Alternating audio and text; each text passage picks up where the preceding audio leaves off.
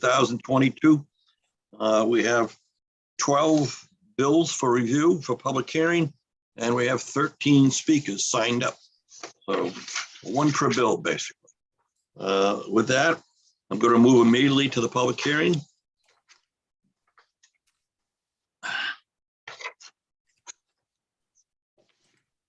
First person on the list, Robert Scalisi, Office of the State Treasurer. Oh, I'm sorry, before we begin, Senator Wong. Thank you, Mr. Chair. I just wanted to point out that as we begin this meeting, that many of our colleagues have multiple Zoom hearings and that they may be in and out of the committee, and that it meant no disrespect. They'll be reading the testimony. And even though today we have 13 people testifying, I just wanted to note that people are able to continue to submit written testimony to have their input on these respective bills heard and read by colleagues. So I just wanted to point that out for the record and also acknowledge that my appreciation of the people testifying, but also acknowledge that we have multiple meetings moving in and out. Thank you, Mr. Chair. Thank you, Senator Wong. Any other comments? Seeing none, Robert Scalisi is here. Rob, do you want to begin? Sure. Welcome. Good morning, Senator Cassano, Representative McCarthy-Vahey, Senator Wong, Representative Zullo, and distinguished members of the Planning and Development Committee. I'm Assistant Treasurer for Cash Management, Bob Scalise.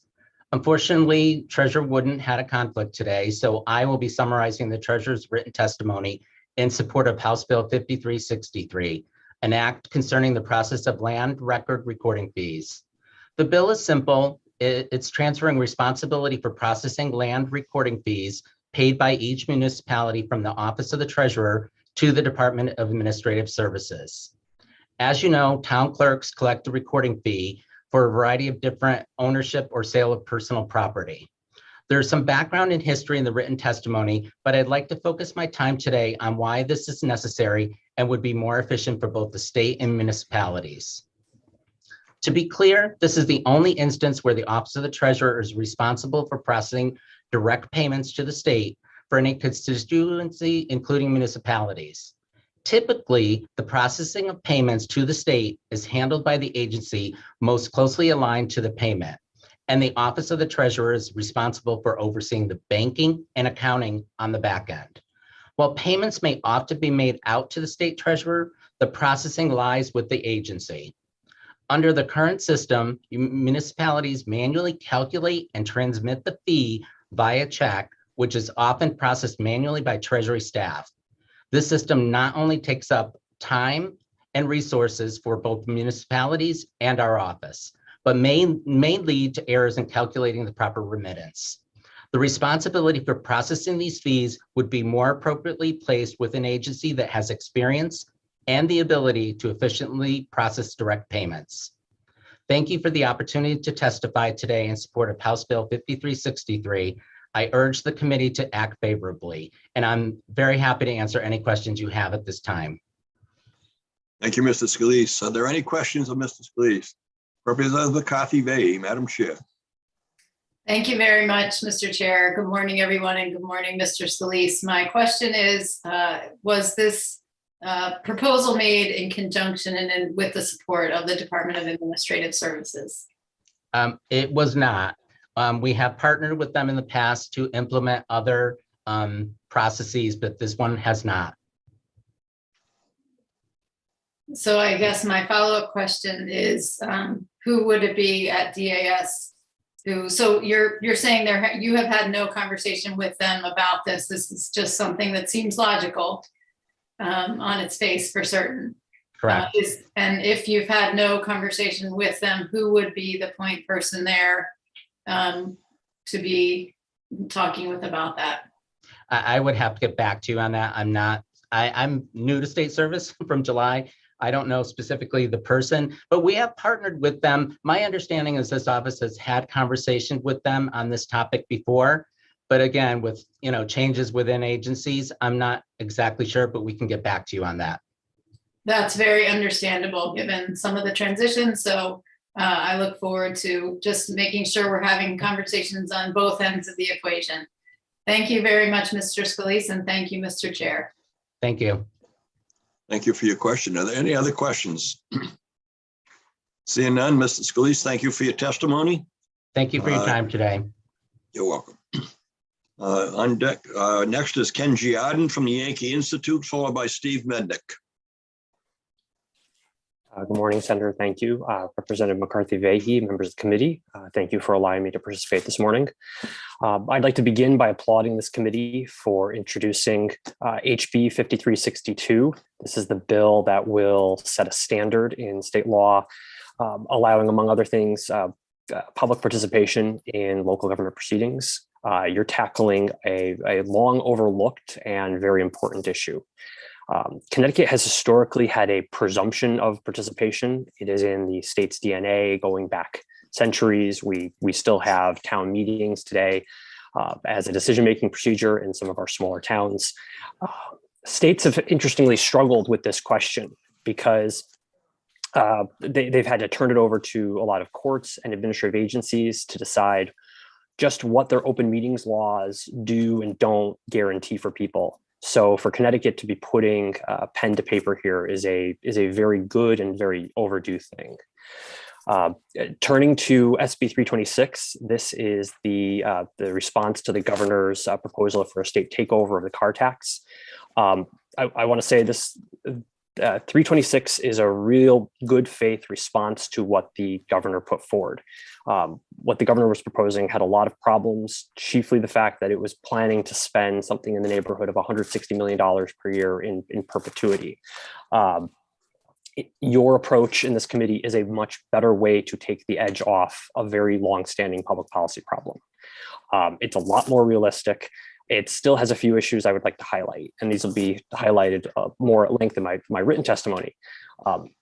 First, on the one hand, you have 75 towns that are getting nothing. I don't think anyone would design a municipal aid program this way in the first instance. But looking at where that money goes on a per capita basis, the single biggest winner is Woodbridge, which would get, you have these towns over here getting zero, and then Woodbridge would get $123 per person. Looking at some of the other really higher median income towns, you have Simsbury getting $65 per person. West Hartford would get more than Hartford or East Hartford, which is pretty surprising considering those are two of the 6 municipalities that were kind of the focus of this bill because they've already hit the maximum mill rate for motor vehicles. This bill basically translates into more than $500 per year in tax relief for someone in Woodbridge who is driving a new Cadillac Escalade. If I could make a few suggestions, I would decouple the motor vehicle tax rate from the real property tax rate. I would create a generous match so that the state isn't picking up the full freight in the out years. And then generally speaking, I would fold this into a broader effort to bring Connecticut municipalities under a New York and Massachusetts style property tax cap, which are things that cost you absolutely nothing. It's nothing we have to worry about having to fund in the lean years. And it's something for which we have an abundant amount of data from our two biggest neighbors. So thank you, and I'm happy to answer any questions. Thank you. Thank you for your testimony. Are there questions? Don't see any hands. Senator Wong. Thank you, Mr. Chair. I would defer to Representative Fiorello, who raised her hand before I did, if I may, sir. Yes, oh, there it is. Thank you. Representative Fiorello. Okay. I see the hand in the top corner there now. Thank you, Mr. Chair, and thank you, Senator Wong. Ken, I just wondered if you could just take 1 minute to just expand on what you're talking about, that you would take this to not just be a car tax property cap, but a property tax cap. Could you just expand just a little bit on that? Sure. There's the general problem that something like 43 states are facing, where when you start taxing tangible personal property, folks who can move around to avoid those taxes often will. You end up negatively influencing their decisions about where they're locating, where they're garaging their cars.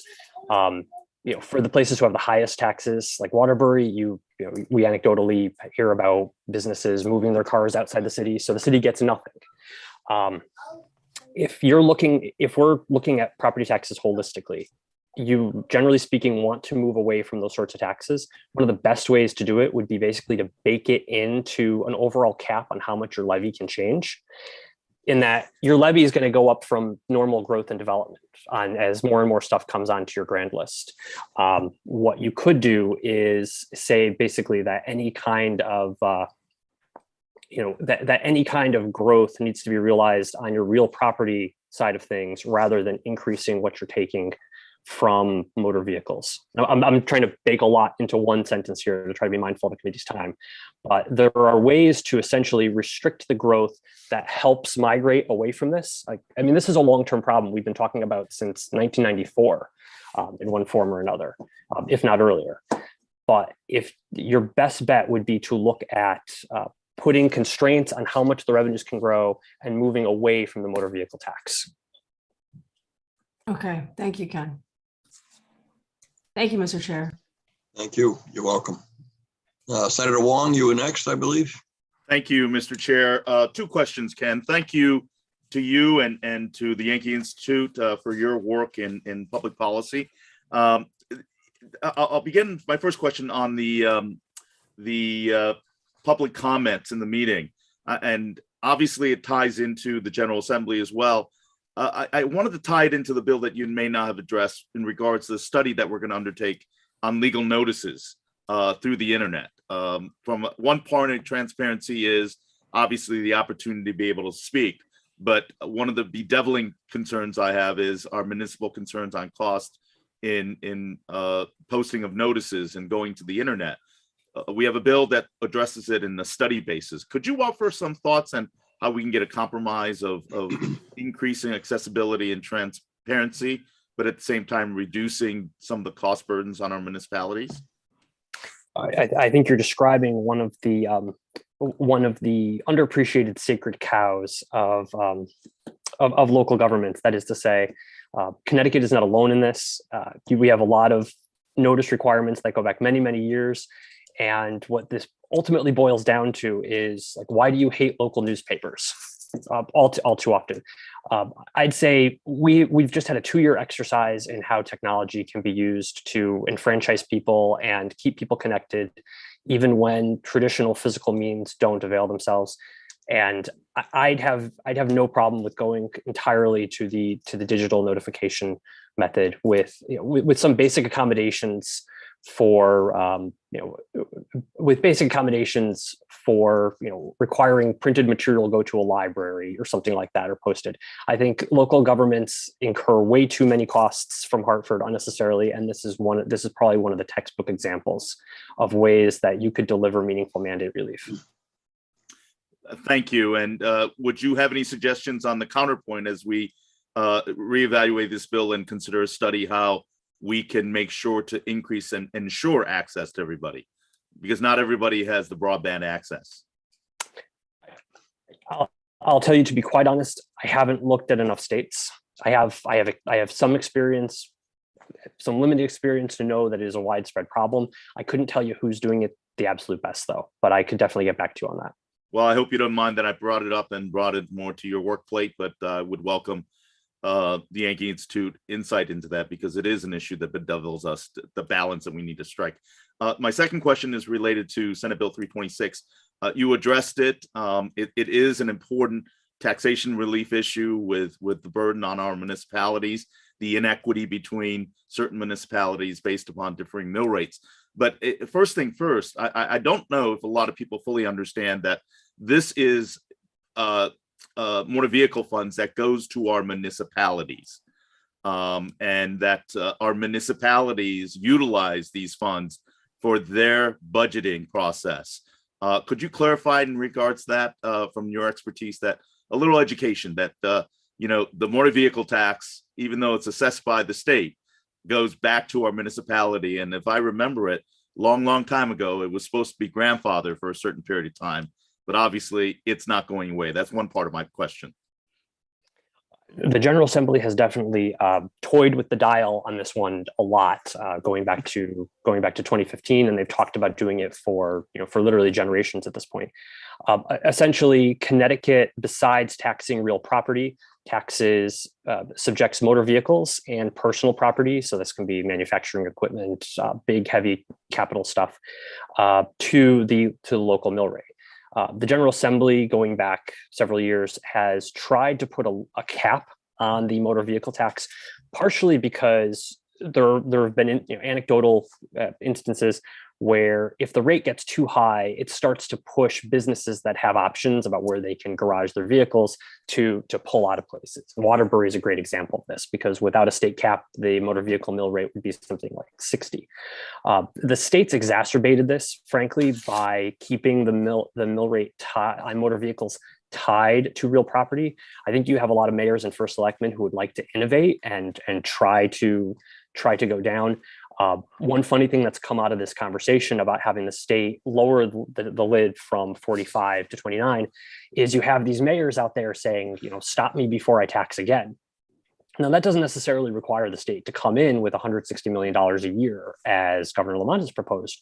You could simply give people the option to decouple their motor vehicle rates from the real property rates.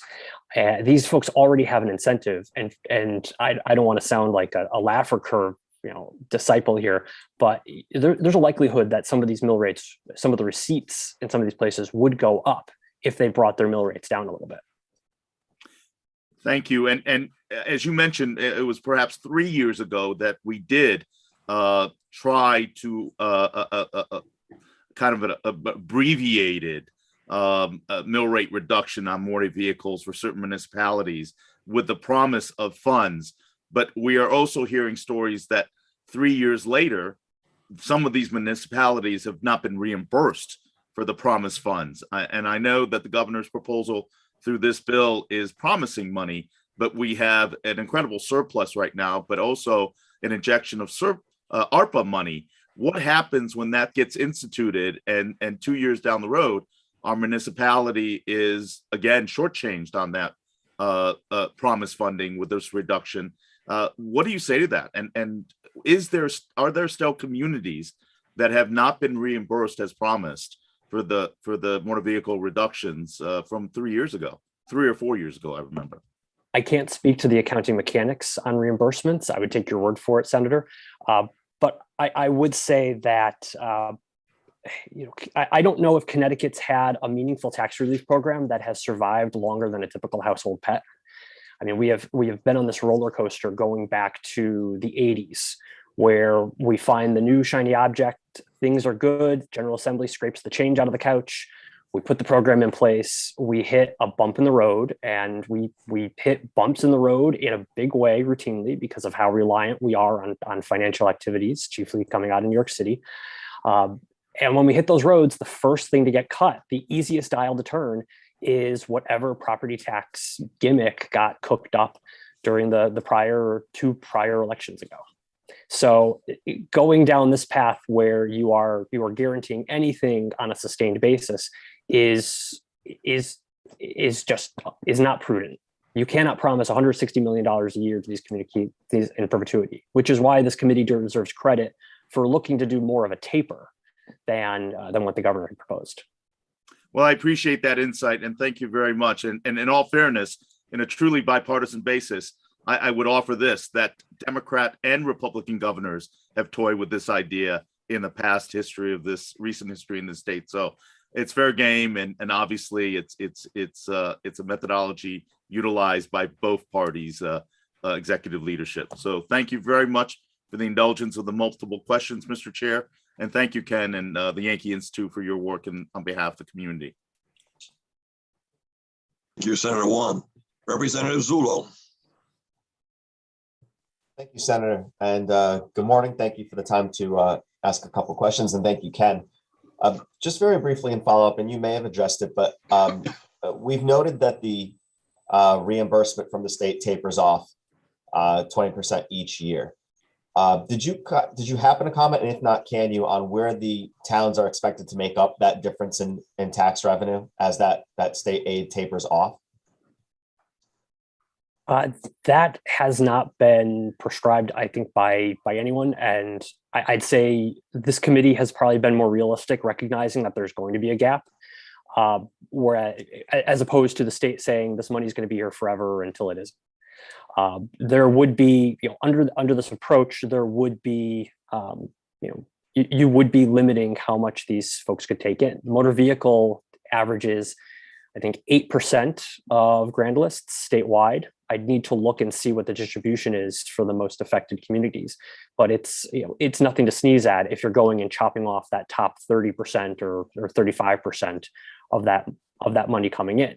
This is a really tough policy issue. This is one of the hardest ones, because anything that gets cooked up to meaningfully change the status quo is going to be ugly, and the status quo stinks. And it comes down to picking the least objectionable outcome. I appreciate that. Would it be fair to expect that municipalities would then be relying on real estate tax revenue to make up the difference? I mean, they only have so many avenues to raise money, right? So they've only got so many knobs to turn.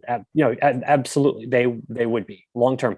I'd want to compare what the projected growth in the levy is over the out years. I'd have to do more, a lot more modeling than I've been able to give you a good idea about that. And that's one of the reasons why it would be preferable, before promising any money that might not be there next year. I mean, heck, it might not be there this year. But before promising any new money, to go and decouple these rates and then just see what happens. It's in these communities' own interest to get these rates down, as the mayors themselves have said. So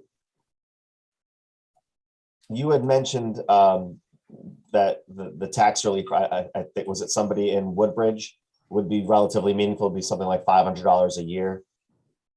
It would be, if you look at it per capita, if you look at the roughly 95 places that would get a benefit, it ranges anywhere from, I think, under $1 in some places to up to $123 per capita in Woodbridge. And then if you look at the percentage savings off of how a clean retail 2021 Cadillac Escalade, the retail price in the neighborhood is $70,000, tax at 70%, $49,000, and trimming, roughly 30% off the mill rate there now, it comes out to like $600 in savings.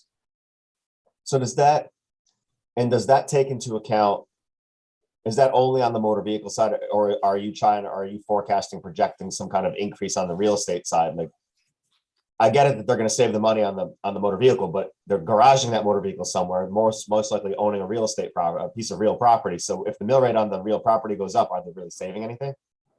I'd need to look to see where are you otherwise going to have levy growth, just to put into scale. And that I'm not trying to dodge your question. I need to look and line up the numbers. I'd say my biggest concern is that I don't want to see the General Assembly get the Charlie Brown with the football treatment here, because I've seen it happen so many times, going back from the combination of reliance on volatile revenues, the political temptation to deliver quote unquote relief before elections. This is, property tax gimmicks are one of Connecticut's biggest economic outputs. In theory, I'm thinking more along the lines of, I like the concept of decoupling. I think it would provide meaningful relief. It would allow people to make decisions based on their own best interest. I worry about this legislation. Well, I shouldn't say I worry. I know that this legislation is well intended, and it's a stab at addressing a problem that is a real problem. It's an issue of equity. It's an issue of fairness. It's trying to deliver meaningful tax relief.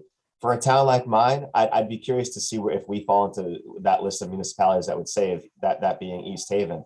Because in a town like mine, I feel like it's going to hurt a lot of people. I feel like we're going to lose substantial motor vehicle tax revenue, and it's going to force us to raise our mill rate, which is going to hurt a lot of property owners. I'm certainly open-minded to learning more about it, and I do want to be able to deliver that tax relief as much as we can. But I feel like there's still a lot of unanswered questions. But I do appreciate everything you're trying to do to answer those questions. It's not an easy topic. East Haven would get $29 per capita. Excellent. Assuming full funding on this bill. But not taking into account the potential increase on the real estate side. Correct. Okay. So if anything, it's a wash or maybe even a small loss. We'd have to see the numbers. Okay. I appreciate the indulgence of the chair to ask the questions, and thank you for doing everything you can to answer the questions. Thank you, Rep. Zullo. Representative Del Nicky.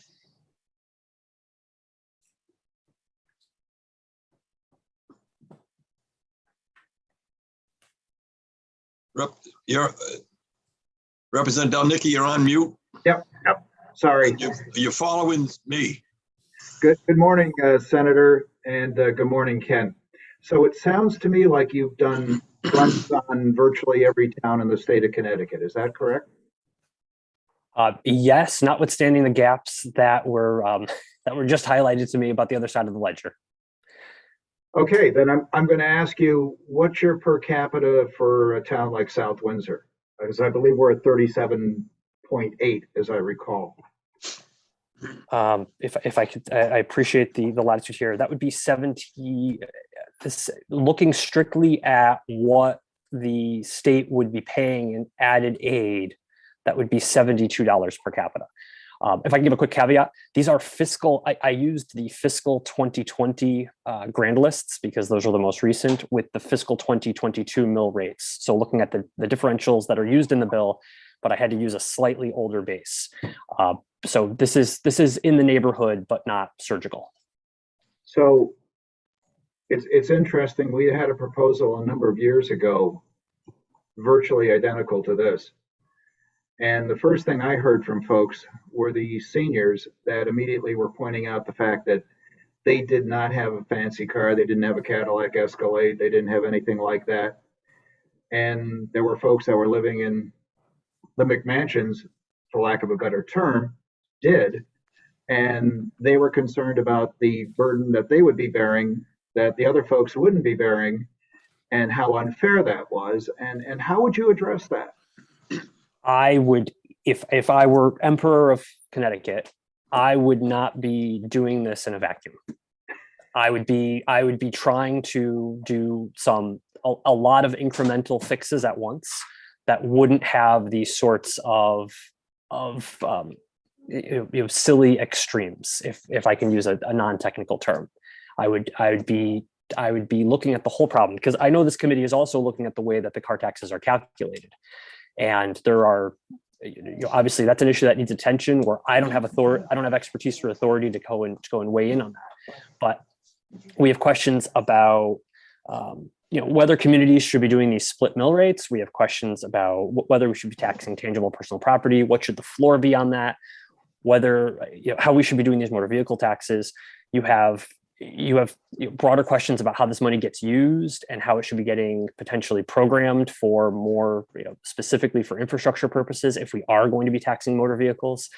I would not be doing it piecemeal. That is my thing. I would want a holistic approach where we put every single thing on the table and try to detangle it all at once. So you don't end up with so you don't end up with one town getting this like yucky tax shift that is going to hit people who don't drive harder. I mean, this runs against other state policy goals. We're talking about making, encouraging transit-oriented development in some communities, and here we are giving the Cadillac Escalades a pretty nice deal. And I appreciate your comment there. What concerns me, and I heard this outcry a number of years ago when there was a proposal much like this from seniors, and I heard a couple of things. I heard that their children living in town were actually bragging to them about the fact that they were going to save a substantial amount of money on their car taxes, which basically infuriated the parents, the seniors, to hear that.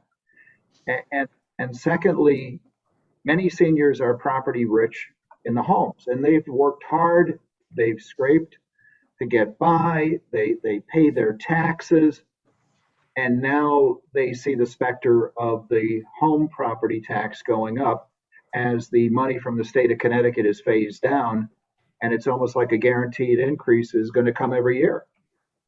How do you address that? I don't have an answer for you, but I'd say you're hitting on a very real problem that highlights why this should all be viewed more globally. Yeah, and until we can wrestle the issue for our senior citizens that we want to keep in Connecticut, because they typically do not demand a lot of services, but they do also demand a great way of life we offer them. And I just worry about how you balance one versus the other. And I thank you for your testimony. Thank you. Thank you, Mr. Chair. Thank you, Representative Delnicki. Seeing no other hands, Ken, I really appreciate your testimony, and as you develop some of that information, if you'd forward on to that on to us, it would be very helpful to have. Absolutely, Senator. Thank you. All right, next up, Steve Mendick from New Haven. Thank you, Mr. Chairman. It's a pleasure to see you, Madam Chair, the Vice Chairs and Ranking Members. It's an honor to be here. My name is Steve Mendick. I'm an attorney who focuses much of my practice on representation of municipal governments in our state. It's my pleasure to appear today before this committee to speak in favor of SB 324, an act establishing a working group to study Title VII of the general statutes. As some of you may remember, I appeared before you in late August to discuss the Home Rule project of ACAR, and I'm particularly gratified that the committee is spending some time trying to demystify the constitutional standard of home rule that we have in Connecticut. I believe that SB 324 is one more promising step in that effort. Over the years, I've represented a number of municipalities. I'm currently working in Fairfield, which is the home of two of our leaders of this committee on their charter. I've done charters in about 20 to 25 communities. I work with lawyers every day on Title VII. I deal with officials throughout the state. And one of the things that we have general consensus on is that there's confusion generated by the act as it's presently comprised. Let me start with the simple proposition of home rule. We all know what that is. We've talked about it. We talk about the express grants of authority. And the major vehicle for the delineation of those express grants, John Filczak will talk about other statutes in a moment, is Title VII.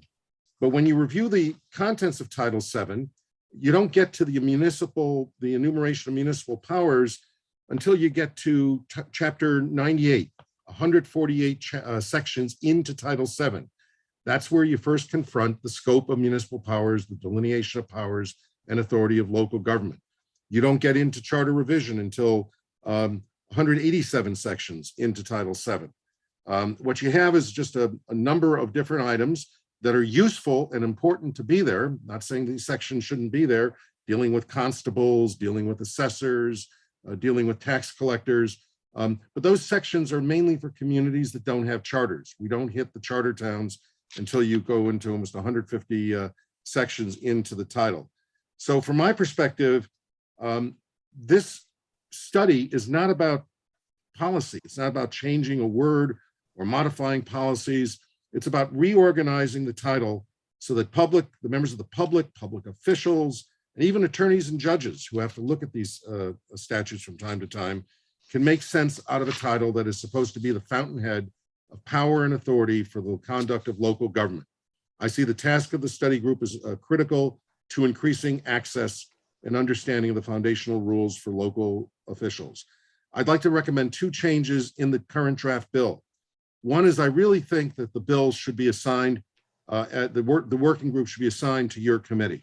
I think that the committee during the recess period, even with the re-election period, is the right place to keep the bill and not send it to OPM at this time. I think it's less bureaucratic and will be more flexible as we move forward. I also think that there should be a specific delineation of members. I think that the four leaders of the committee, the co-chairs and the ranking members or their designees should be on this working group. I think CCM should be able to select a couple of members. COST, the Council of Small Towns, should be able to pick a couple of members.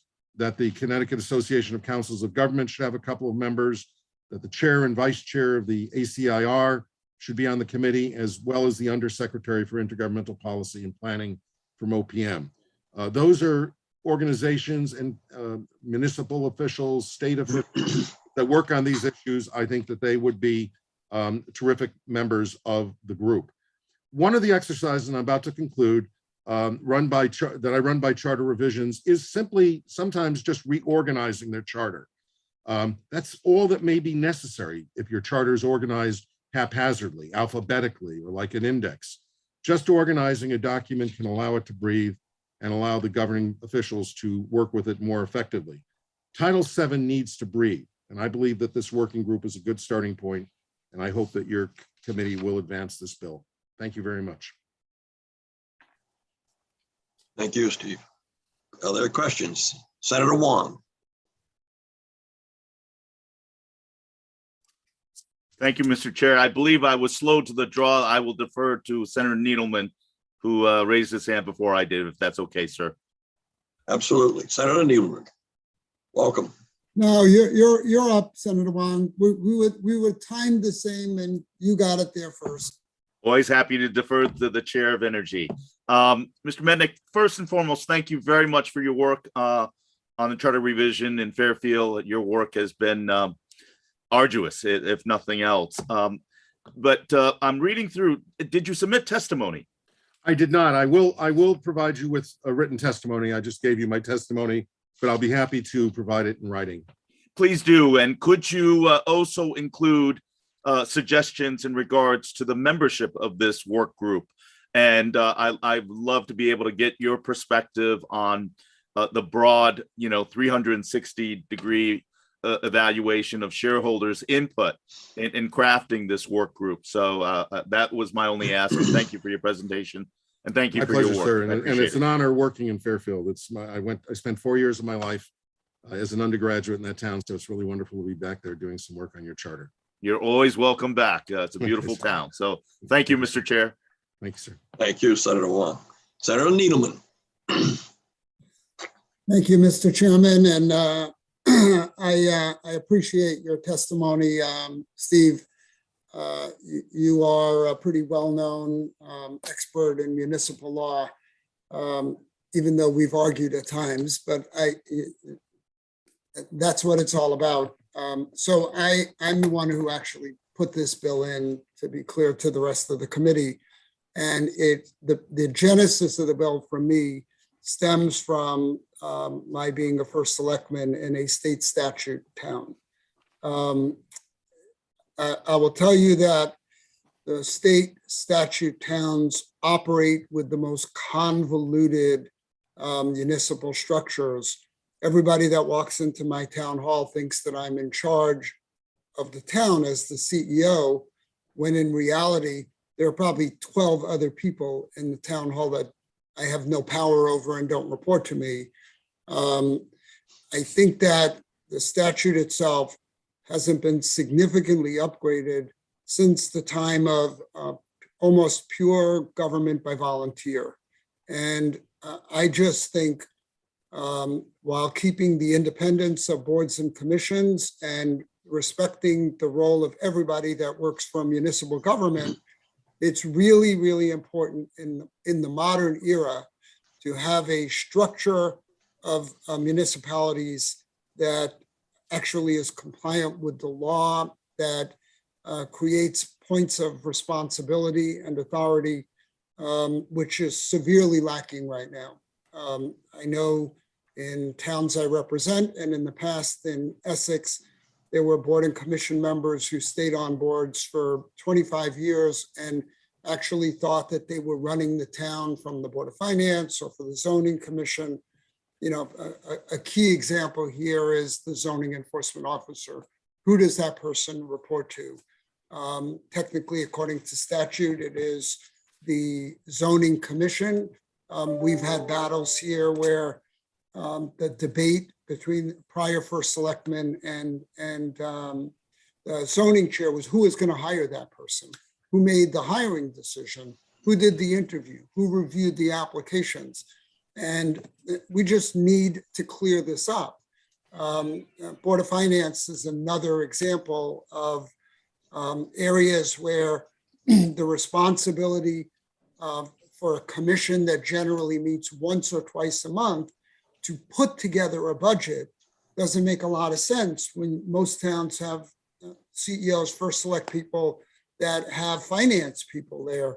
that are in charge of the day-to-day bookkeeping and putting together the budget. So, for example, over the last 25 years, Essex evolved from a town where the first selectman literally worked day and night to put a budget together, pass it to the Board of Finance that literally tore it apart. And there was no finance director. Today, we have a finance director that reports to me as the first selectman, has a dotted line to the Board of Finance. The Board of Finance functions as it's supposed to, as oversight, and has with the treasurer a fiduciary obligation. But the makeup of the town government by statute is convoluted and a throwback to a time when there were no employees. And I know some towns still have very few employees, but to comply with the law, to meet the requirements of audits, to have a clear delineation of responsibility, we just need to look at this. This is not an attempt to touch on, I know Steve mentioned at the beginning, the issue of home rule, the subject to major debate used by both parties at times to defend or object to things that are being proposed in the General Assembly.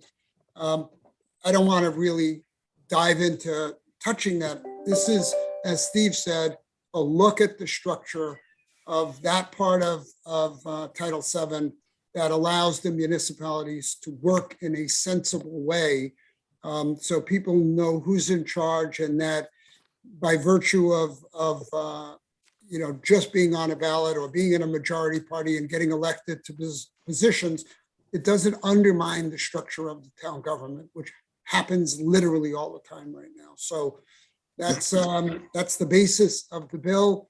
I too, want to participate with the chairs and the ranking members on the structure of the committee.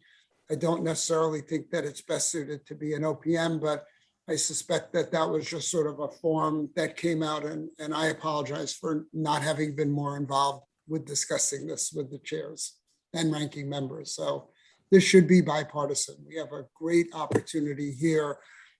We have a great planning and development committee. We have excellent chairs and ranking members. We can tackle this, and this will be a benefit for future generations. Thank you. Thank you, Senator Needleman. Madam Chair, Representative McCarthy Vahey. Welcome. Thank you very much, Mr. Chair, and Attorney Mendick. It's wonderful to see you, and I would echo the senator's comments about my thanks for your good work in Fairfield. Your thoroughness has been commented upon by many of our residents, and I know you have recognized the thoroughness of our participation as residents of Fairfield. I just want to actually ask if you had any thoughts in response to what Senator Needleman just said as my first question. Well, respectfully, the senator pointed out that we do discuss these issues and have some differences of opinion. My recommendation is that he develop that he get a charter in his town. I think that would be one way to develop. Excuse me, I got to interrupt. You want me to get hung from the highest lamppost in town? Are you out of your mind? Well, half the towns in this state are not charter towns, and they do not want to be charter towns. As the people in Fairfield know, I always talk about culture, and I guess I did not understand the culture of Essex, although I love the restaurants, but I don't understand the culture fully. So yeah, I think that what he's pointing out is correct. You have the home rule towns, and I think that needs to be clearly delineated in a way that is important. But I think the non-charter town sections, and a good chunk of Title VII is about that, need to be organized in a more coherent way so that people who live in a town that doesn't have a charter, you don't have a place where you could look for your constitution, can look to the general statutes and see how the powers are generated and how they are derived and how this department works in a certain way. One of the things I haven't given a lot of thought to, and it might require a little bit more than reorganization, is when you define the role of the chief executive officer in a community, it needs to take into account the other positions and the other departments and functions so that the officer does have a degree of authority and autonomy over the remaining departments. You don't want to set up a series of fiefdoms in a town, and Title VII shouldn't do that if you don't choose to go the charter route. So that's how I would respond to the senator's points about the need to look at that. I do agree with him. Thank you. And I will studiously avoid words like fiefdoms and emperors. And we're talking about our good republic and our system of democratic government. And I know we're all using those as colloquially. However, I just had to note that given the world we're in today. Good point. My second question is with respect to the history of Title VII. How long does that go back? Since I know you're a student of history and you know these, of course, there have been changes over time. That's what we do. We respond, whether it's tax policy or municipal governance. But if you can just give some sense of that. Well, I mean, there are provisions that go back to the 1940s. Remember, a lot of our communities were governed by special act. If you look at the Fairfield Charter, one of the projects we looked at in Fairfield recently was to try to figure out what special act provisions still remain in our home rule charter in Fairfield. And in New Haven, we have provisions that go back to the 19th century. But if you take a look at Title VII, there are provisions that go back to the 1940s and earlier. The Home Rule Act as such didn't occur until the late 1950s.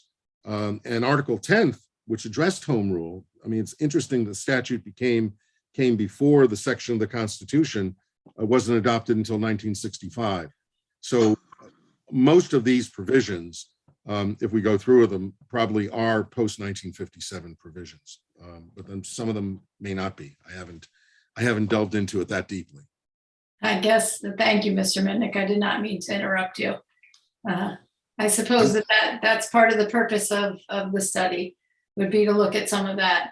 The last question I have, or, bank of questions connected, is you recommended that the bill language be shifted away from OPM. I'm certain OPM might appreciate those comments as well, to planning and development. One other group you actually mentioned in your testimony was ACIR. And I wondered what you thought about this study potentially being within the purview of ACIR. I will also note that I hear you in terms of the specific delineation as to who the membership is, but just wondered if you would comment on that. Yeah, I think that, look, I do a lot of work with ACIR. I've volunteered a lot of time on their home rule project and some of the other projects that they're working on right now. And I did recommend them as having the leadership of ACIR involved in the process. And so I'm agnostic on that. I just think that we're looking at a project that the way it's been developed, that will take place at the end of the beginning of the next fiscal year, with an eye on coming back with legislation by next January. And so again, I thought that the committee working on it is probably the best place for it, because the committee will be sensitive to those deadlines and sensitive to the beginning of the next legislative session. And I don't know if ACR has capacity to do that, but I'm not speaking against that, but I'm not sure that would work at this point. And I thank you for the answer. I know that there will be later testimony. Donna Hamsey from CCM has noted that, and others, and maybe I'm misquoting Donna, but that the timeline may be aggressive for a conversation that has some significant breadth. So I appreciate that. And I also appreciate, and will note, just in case it doesn't come up later, that the Government Administration and Elections Committee might, as we have with the remote meetings bill, both ACIR and GAE would have something to say and would want to be connected to this as well. If I may, I know that's not a question, but if I may respond, I think that's absolutely on point, because just the other day, dealing with one of my charters, we noticed that there are a number of provisions in Title IX, the elections provisions, that establish local offices. And I've never understood why it is there. And so part of a Title VII study would be to move some of those sections that really don't belong in Title IX into Title VII. And so GAE, obviously with jurisdiction over Title IX, would be worthy of participation in my view. So. Wonderful. Well, I thank you for your time here today and for sharing your expertise with us. Thank you, Mr. Chair. Thank you, Madam Chair. Thank you, Madam Chair.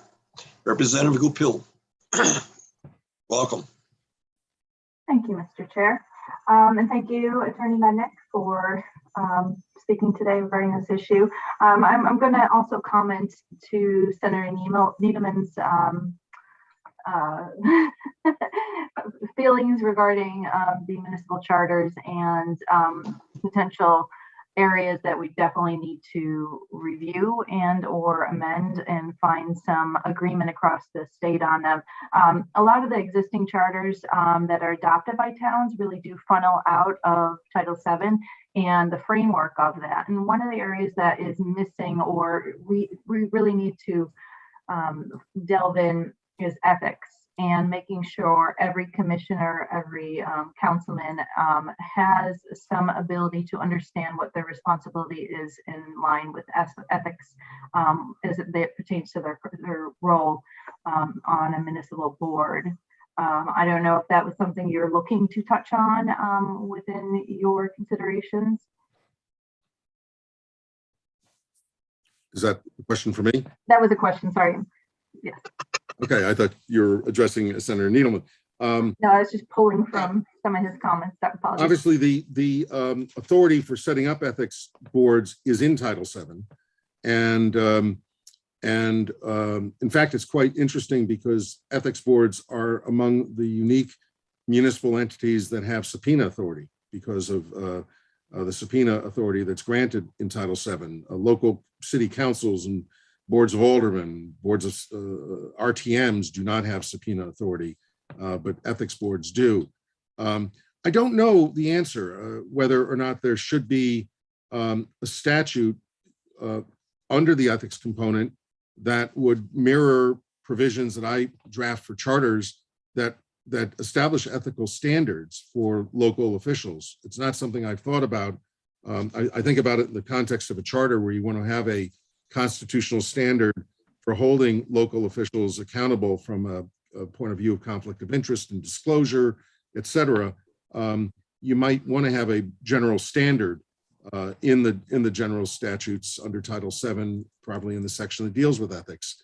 But it's not something I've given any thought to at this point, but it's something that makes sense.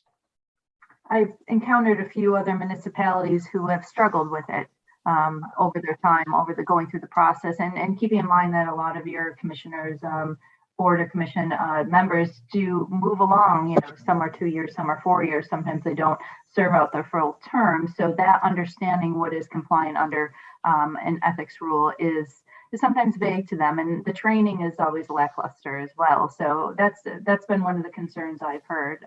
But thank you for your consideration on that.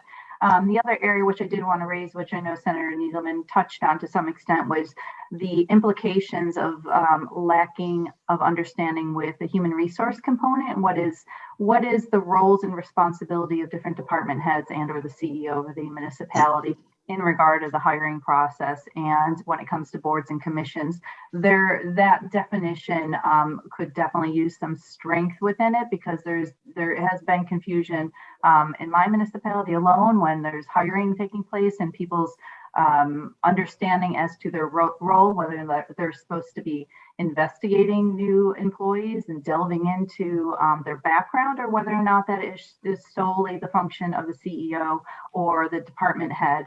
So we definitely could use some strengthening of those areas. And I would say that with that, I would hope that ultimately it would lead to the ability to manage the some of the legal matters that surround it as well when you delve into hiring practices and people veer outside their role.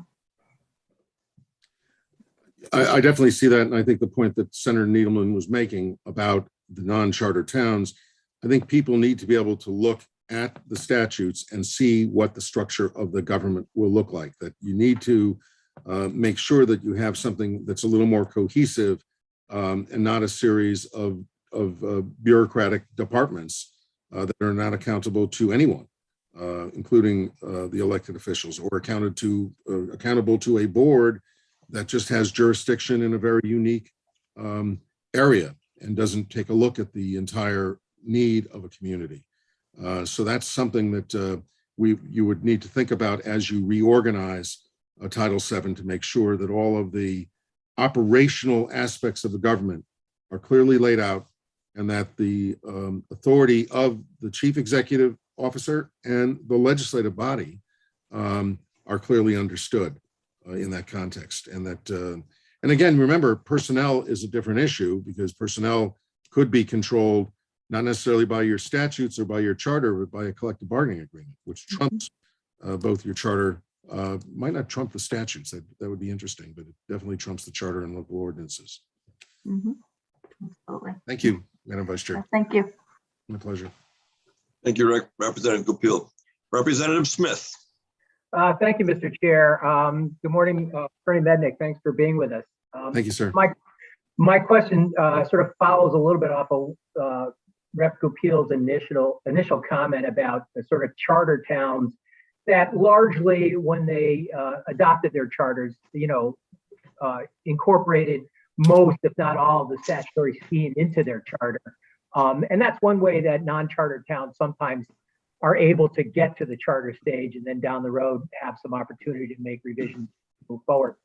But because of that, and I sat on a charter commission as a chair where that was largely the case, and through one charter revision process, and there's been another here since. But there are sometimes, because of the minor tweaks that may get made, or just because of interpretation, there are sometimes some gray areas between the statutory scheme and a town's adopted charter and the structure that they have there. And oftentimes, if the charter is silent, the statutory scheme, comes into play. And sometimes there's interpretations as to whether or not that happens. My question is whether or not the reorganization effort that you're discussing today, do you see that as possibly sort of helping eliminate some of those areas when you've got a charter town and some of their provisions, are similar to the statutory one, but open to interpretation? Yeah, you said it very well, Representative, because that's when I refer to conversations with lawyers, a lot of people who even do Title VII, work with municipalities, don't understand the schism between the home rule towns with their charters and the non-charter towns with the statutory scheme. And as you said, a lot of towns would adopt the statutory scheme as a way in. And it's not a bad approach, because with the statute, you have case law that has been interpreted, and so that you take advantage of the case law that's generated under that statute. But the concern that I have is when people say, oh, the statute says that you need 11 people on a library board and they have to be elected. Not if you have a charter. And that's the point I always try to make to people, is that those statutes don't bind communities that have charters. They could be helpful and a directional point for people with charters. And that's where there's a huge misunderstanding. And it concerns me a little bit when I look at a charter and says such powers that are set forth in the statute. So then if that's what you want to do, then that's what you're doing. And so I prefer to take the approach that you take those powers and put them into your charter, make a reference that they're derived from that section. That's your starting point, but you have an ability to modify that. You're not restricted to the statute. Right. So yes, I think there's confusion, and I think that the reorganization can serve to clarify where the lines are and why those statutes exist for the most part. They exist for towns that don't have charters, but they can be utilized by towns that do, in the way that you expressed it. Okay, great. Thanks very much. I appreciate it. Thank you, sir. Appreciate it. Thank you, Mr. Chair. Thank you for your testimony. Senator Lehman for the second time. Welcome back.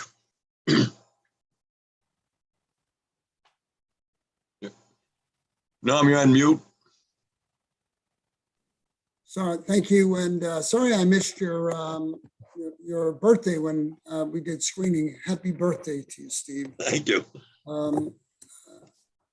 So about the ethics issue, although I share Rep. Repeal's concerns about towns not really having consistent ethical standards, I'm not sure that that would necessarily be within the scope of this bill or within the scope of this study. I'm a firm believer in biting off as much as you can chew. And this is a major bit of work that has to take into account large and small towns. And I think that we want to keep it simple and keep it focused. So I think that once you dig into it, there may be a lot of places that this goes. And I think eventually it would be prudent for the legislature to deal with this because there are constant questions that arise around the structure of how towns operate. I do want to say that as a town that really relies on volunteers still, as most of the small towns do, we do not want to do anything to discourage that or make it more difficult for them to participate. We just want to have a structure that works so that everybody understands what their roles and responsibilities are. This is a conversation I have with everybody that I put on any board or commission at the Board of Selectmen. Our process is usually first selectman or town committee, Board of Selectmen, town meeting. And we try to be clear about what we expect, but it's very hard to remove somebody when they don't actually do what is expected or go way outside the bounds of what they're supposed to be doing. So it's complicated. I always find that it's amazingly complicated to keep the best of what we've been doing for all these generations, and yet take into account the obligations that towns have now and try to meet those obligations in a sensible way without throwing the baby out with the bathwater. So complicated. I would like to participate in this if we get it out of our committee and it gets approved in the legislature. And I thank everybody, especially Steve and the chairs for their consideration on this. So thank you. Thank you, Senator Needleman. Seeing no other hands, Mr. Mendick, I want to thank you again. You indicated that you've been doing this for several years. I can remember back in the 1970s, you doing work for New Haven at that time, and you've never stopped, and you've just been a great contributor to local government. I really thank you for your efforts. I was 12 years old then, Mr. Chairman. It's a pleasure. Good seeing you. I was a year older. Thank you, sir. Thank you. All right, moving on. John Filchek, I was on deck. John, welcome, John. Thank you, and thank you for the opportunity to talk today. I am also here to speak to Senate Bill 324 to study Title VII and to support that study. Both Attorney Mendick and Senator Needleman have very well articulated the need and the approach for this study, so I don't want to repeat any of that. It is but I will say this, it is a section of the statutes that I work with on a routine basis. Most of my towns are non-charter towns, so many of those issues, all of those issues that the senator brought up about non-charter towns is something that I'm well familiar with, and it is a major point of frustration. 2 points I want to emphasize for the study. One is that the first step of this, first phase, if you will, really needs to be about restructuring the current content and not about policy. There are so many policy issues within this title that it would just bog it down, and I don't think we could make progress. But as Attorney Mendick outlined, just getting it into a logical order makes a whole lot of sense. And related to that is the fact that there are a multitude of other places in the statutes that I would argue need to be in Title VII. The senator brought up the appointment of a zoning enforcement officer, which is in Title VIII, and that has probably been a point of contention here 7 or 8 times with our towns as to who is actually the employer. So lots of issues, but Attorney Mendick mentioned Title IX. Really, you can almost go to any title and find something that probably should be in Title VII. Once we can get all that together, then we can start to discuss policy adjustments perhaps. And that's where I believe the Advisory Commission on Intergovernmental Relations can be of great value to that process.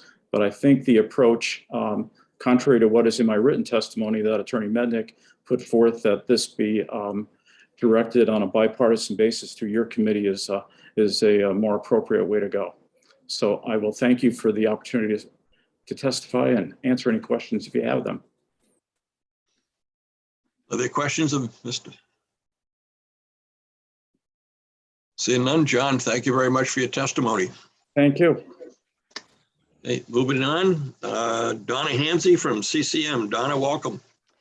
Good morning, everyone. Good to see everyone today. Hopefully you can hear me. I know last time we had a little bit of an issue with my microphone, but not seeing anybody shaking their head. I'm going to continue. So Senator Cassano, Representative McCarthy-Vahey, and other members of the Planning and Development Committee, thank you for the opportunity to speak before you today on several bills. My name is Donna Hamzy-Crocha, and I am an advocacy manager with the Connecticut Conference of Municipalities. First, I want to call attention to all of our submitted testimony. I'm happy to take questions on those pieces of testimony, but I'll highlight very specifically some points on several of them. House Bill 5358, this is the certificates of approval for motor vehicle dealerships and repair shops. CCM appreciates the committee bringing this forward, and we see this as a fix that makes common sense, as it would remove the Zoning Board of Appeal from the verification process of a motor vehicle dealer or repairer, and instead simply require the ZEO to make those determinations, or rather a sign off on the K7 form from DMV. The second is House Bill 5359. We appreciate the intention of this bill. This is related to online advertisements of legal notices by municipalities. But I think it's very clear where we stand on this proposal. We don't believe that there is any there isn't any necessary reason to have a feasibility study, as we believe that particularly in most recent years with the pandemic of COVID-19, it's been very clear that municipalities can and are doing things effectively online, and this should be no different, and municipalities should be relieved from this mandate to be able to post advertisement of legal notices on their websites. The third bill is Senate Bill 323. This would establish a municipal tree removal account. CCM appreciates this bill and thinks it's definitely timely. We would also just recommend that the committee work with the Committee on Energy and Technology, House Bill 5116, which creates a account whereby utility companies put together an account to fund and distribute money to municipalities for tree planting projects. So while we are removing dead and dying trees, we should also be keeping in mind replanting to continue to preserve the tree canopy of our beautiful state. And finally, Senate Bill 324. This is the bill to establish a working group on Title VII. You've obviously heard a lot about that today. We align ourselves with the comments of previous speakers. We do believe that you all, the Planning and Development Committee, along with the Government Administration and Elections Committee and other municipal stakeholders, are well positioned to have this conversation, especially given the scope of the Title VII section. We, seeing as how you all are bipartisan, you have many resources at your disposal, especially in light of the scope of this review. We do believe that it sits better in your hands, and we would recommend that you do this in consultation with municipal stakeholders, including CEOs, but also CAMA, the Connecticut Association of Municipal Attorneys, and ACIR, as was recommended by John Filchek. So I will stop there and happy to take any questions. Thank you, Donna. Representative Dubitsky, welcome. Thank you, Mr. Chair. And Thank you for coming in. Appreciate your testimony. I have a question for you about 5358. I know this has bounced around for a number of years, moving the decision making from the zoning board of appeals to either the zoning commission or the zoning official. But and I've got no problem with the text of it, but let me ask you this. Currently, because it's with the zoning board of appeals, the zoning board of appeals can approve it even if it doesn't, even if the application doesn't conform to every zoning regulation in the book. Isn't that right? That's how I would read, and that's what I think was inspired this correction. Yes.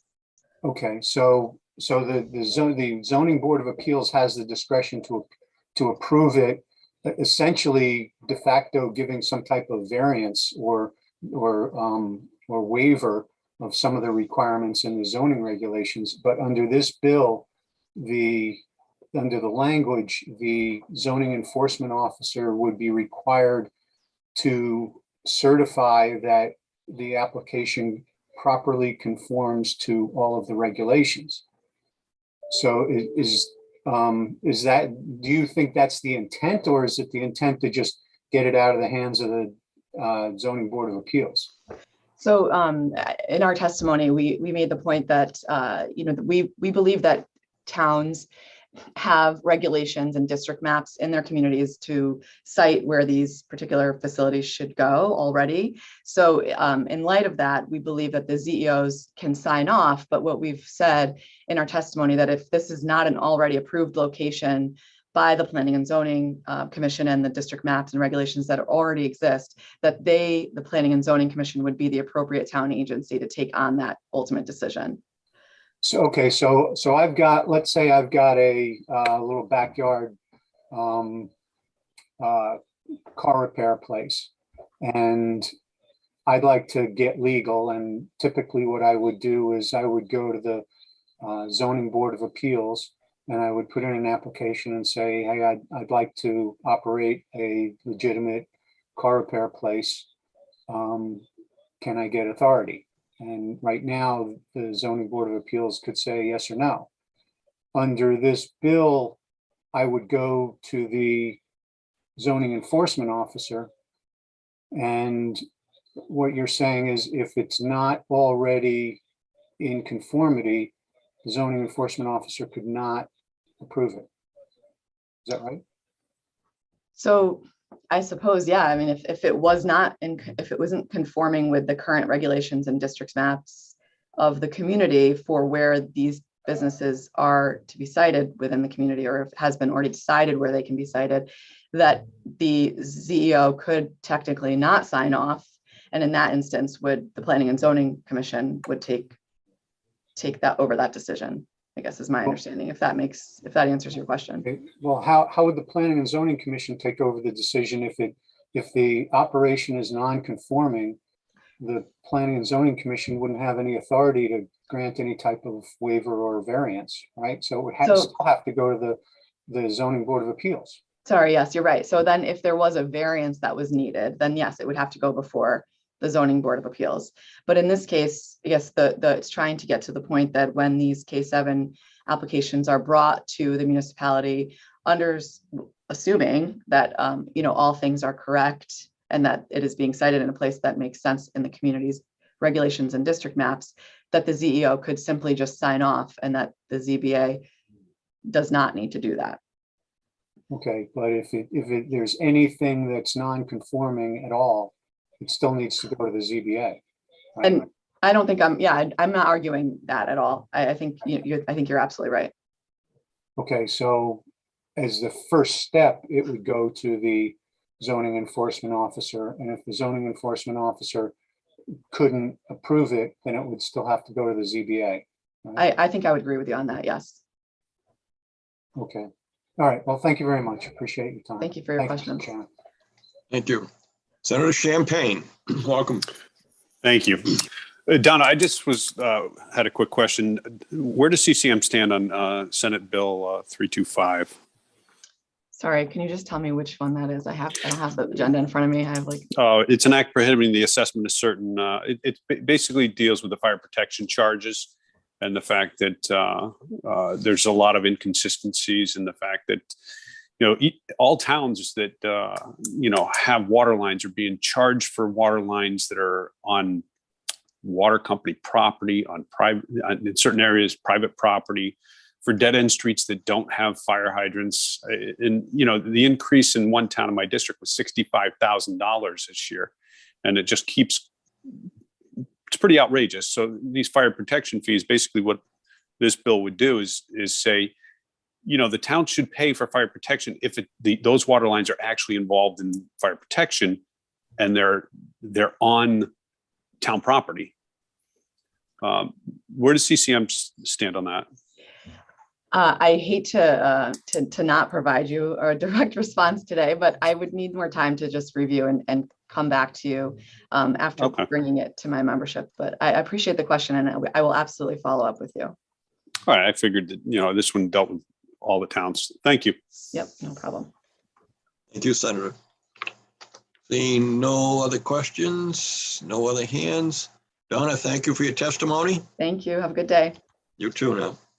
Mike Glidden from Casio. Mike does not appear to be with us. I don't see him, right? All right, we're going to move on and skip over Mike to Randall Collins from CCM. Randy, I know I saw you. There we are. There we are. Randy, welcome.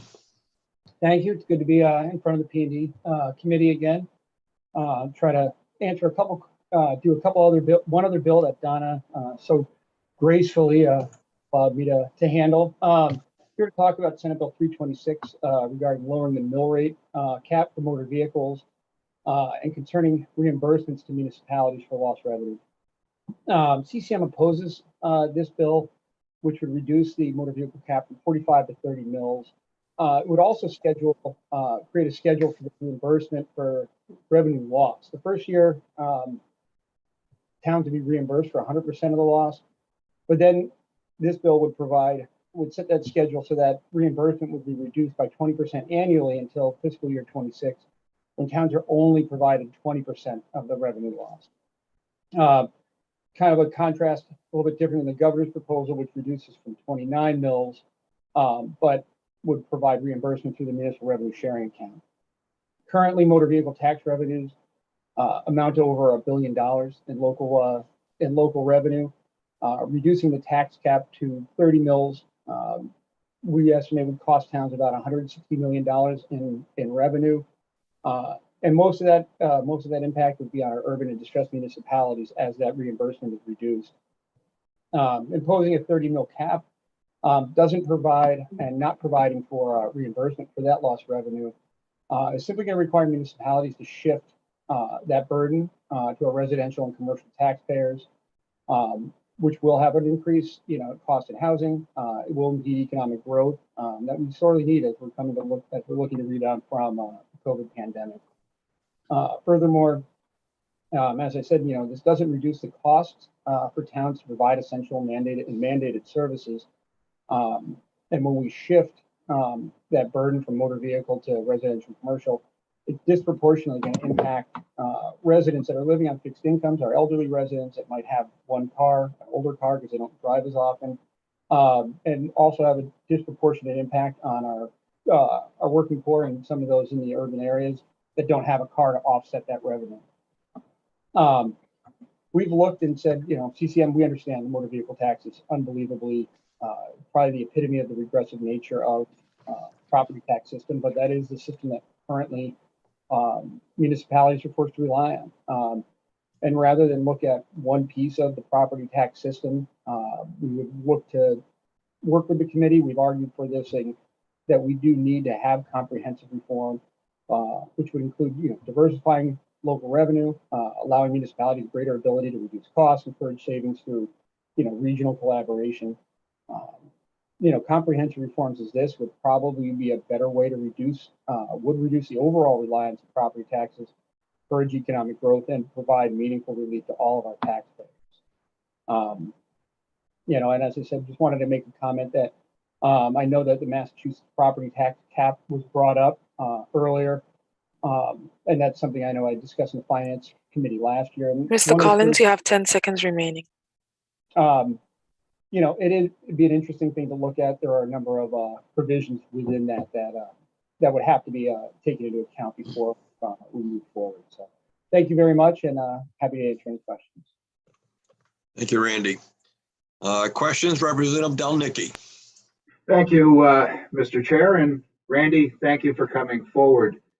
Your commentary pertaining to the phase down of the car tax and who it would actually hurt. Can you talk a little bit more about that? Because I know you mentioned seniors, and I know years ago there was a proposal much like this, and I was mayor at the time, and I heard from countless seniors about this issue. Who else would be hurt by this? Perhaps like the folks that are just barely making ends meet, et cetera? As I said, if you have working for, so if you have a motor vehicle that has less value, that already has, because of a depreciate, motor vehicles depreciate in value. So if there isn't a lot of value, I'm not a car guy. We have a new car, 3-row, we have kids, much higher tax bill in West Hartford. The other car we have, an older Volkswagen Jetta, doesn't have a lot of value. So potentially the shift to residential and commercial is going to be more. So if you have an older car, you're not going to see as much savings. And it might, as I said, the increase that you realize from that shift from motor vehicle to residential to real property isn't going to necessarily be a dollar for dollar savings. Businesses that don't have motor vehicles to offset that loss, if you have a restaurant, you're going to see a shift into your commercial side, like commercial real property, while not having a motor vehicle to offset that loss. So now very large entities, like take an Amazon. I see an Amazon van in my neighborhood on a very frequent basis where they have a large motor vehicle fleets. They would realize a significant savings. So it's, simply shifting that burden from motor vehicle to residential and commercial property is problematic, and it's something that we really need to look at as we go forward. And as you said, we did this in 2015, and it does create issues for towns. Is if that motor vehicle cap stays at 30. I know when we did it in 2015, it was at 35, and then it was going to reduce to 32, given budget and then where the state is. We had towns that set per statute that motor vehicle bill at 32 mils, but then due to fiscal constraints within the state, they changed the statute at the end of the year and it was 35. So towns either had to eat 3 mils or send a supplemental bill for 3 mils to make themselves whole. So then you do concur with the issue pertaining to how this could really, really hurt our senior citizens that are trying to stay in their homes, and how it would be a windfall for somebody that owns a luxury vehicle at an exorbitant value. And my second question is, what is your view of the duration of the phase down, and can we really count on that money for 5 years?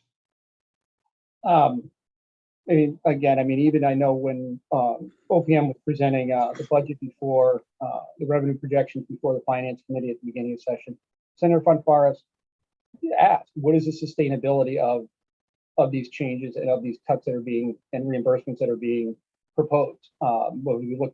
We know we have revenue right now, and it's nice being able to go into a budget year or a session without worrying about reductions today. But the outlook over the next few years is not as positive. And if that, when times get tight, this is going to be something that now towns are going to have to argue either to maintain that funding. And we've seen, unfortunately, a lot of promises that have not been kept. We did this in 2015, but we can look at pilot.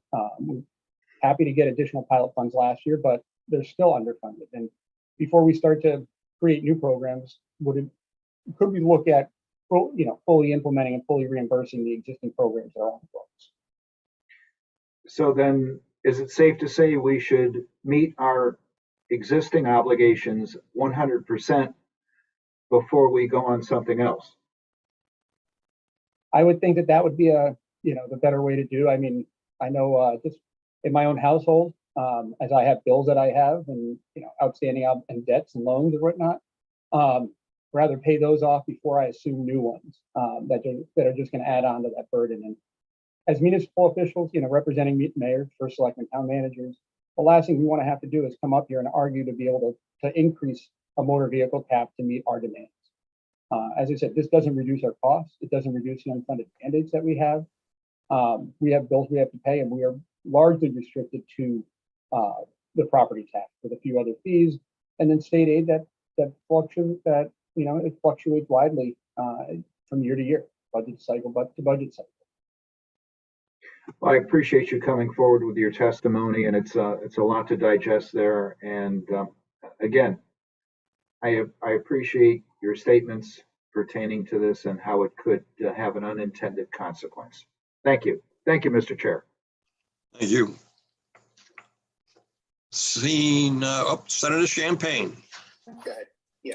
Thank you so much. The University of Oh, wait 1 second. Several schools here in the state of Connecticut, but Sorry, multiple meetings at the same time. This law that we're pushing right now, that I'm happy CCM is behind, is going to create a major problem for all towns. I agree with that. Motor vehicle tax in my biggest town in my district brings in about $10 million. If that tax is eliminated, the entire $10 million gets put on the homeowner. Reevaluation just took place, and many of those homes were worst time to do it, but many of those homes, the value increased in some cases substantially. And now we want to do this. When the governor came out and he said he wanted to lower the mill rate to 29, my fear was he was going to provide the funding the first time, and just like every other time they promised money to the municipalities, it would end. And in some cases, we didn't even get the first payment. And I think this right here is just going to drive more people out of Connecticut. So I agree with not supporting this bill, and I will be a no on this when it does come for the vote. Thank you for showing up today. You're welcome. Thank you for having me. Thank you, Senator Champagne. Any other questions? Seeing none, Randy, thank you for your testimony. And we'll move on to number 8, Emmeline Harrigan, Government Relations Co-Chair for the Connecticut Chapter of the American Planning Association. Welcome. Thank you, Senator Cassano and Representative McCarthy-Vahey and other esteemed members of the Planning and Development Committee. I am actually, as Senator Cassano mentioned, I'm the Government Relations Co-Chair for the Connecticut Chapter of the American Planning Association, and I'm actually testifying in support of 4 proposed bills today. So I'm going to try to move through them very quickly. First, proposed bill number 5358, Enact concerning certificates of approval for the location of motor vehicle dealerships and repair shops. I happened to listen to Representative Dubinsky's question to CCM, and the way that we liken this is kind of this similarly to an alcohol certificate, where you have, it doesn't necessarily incorporate all of the site-specific approvals and requirements. Those should be addressed within a local municipality zoning regulations. But the confusion has always been where you have a motor vehicle repair shop that is changing ownership to a new service provider. The way the statute was written, this would have to go, and it ping-pong back and forth between the Planning and Zoning Commission and the Zoning Board of Appeals. And so we very much support this change to allow just that certificate of location that is oftentimes in conjunction with a change of ownership and operation to the zoning enforcement officer. We do, however, within our testimony, which we have submitted, we do recommend that, most municipalities are going to have to make sure that their local regulations do incorporate the locations where these uses are appropriate, and also any standards that they want their zoning enforcement officer to require before they sign off on that certificate.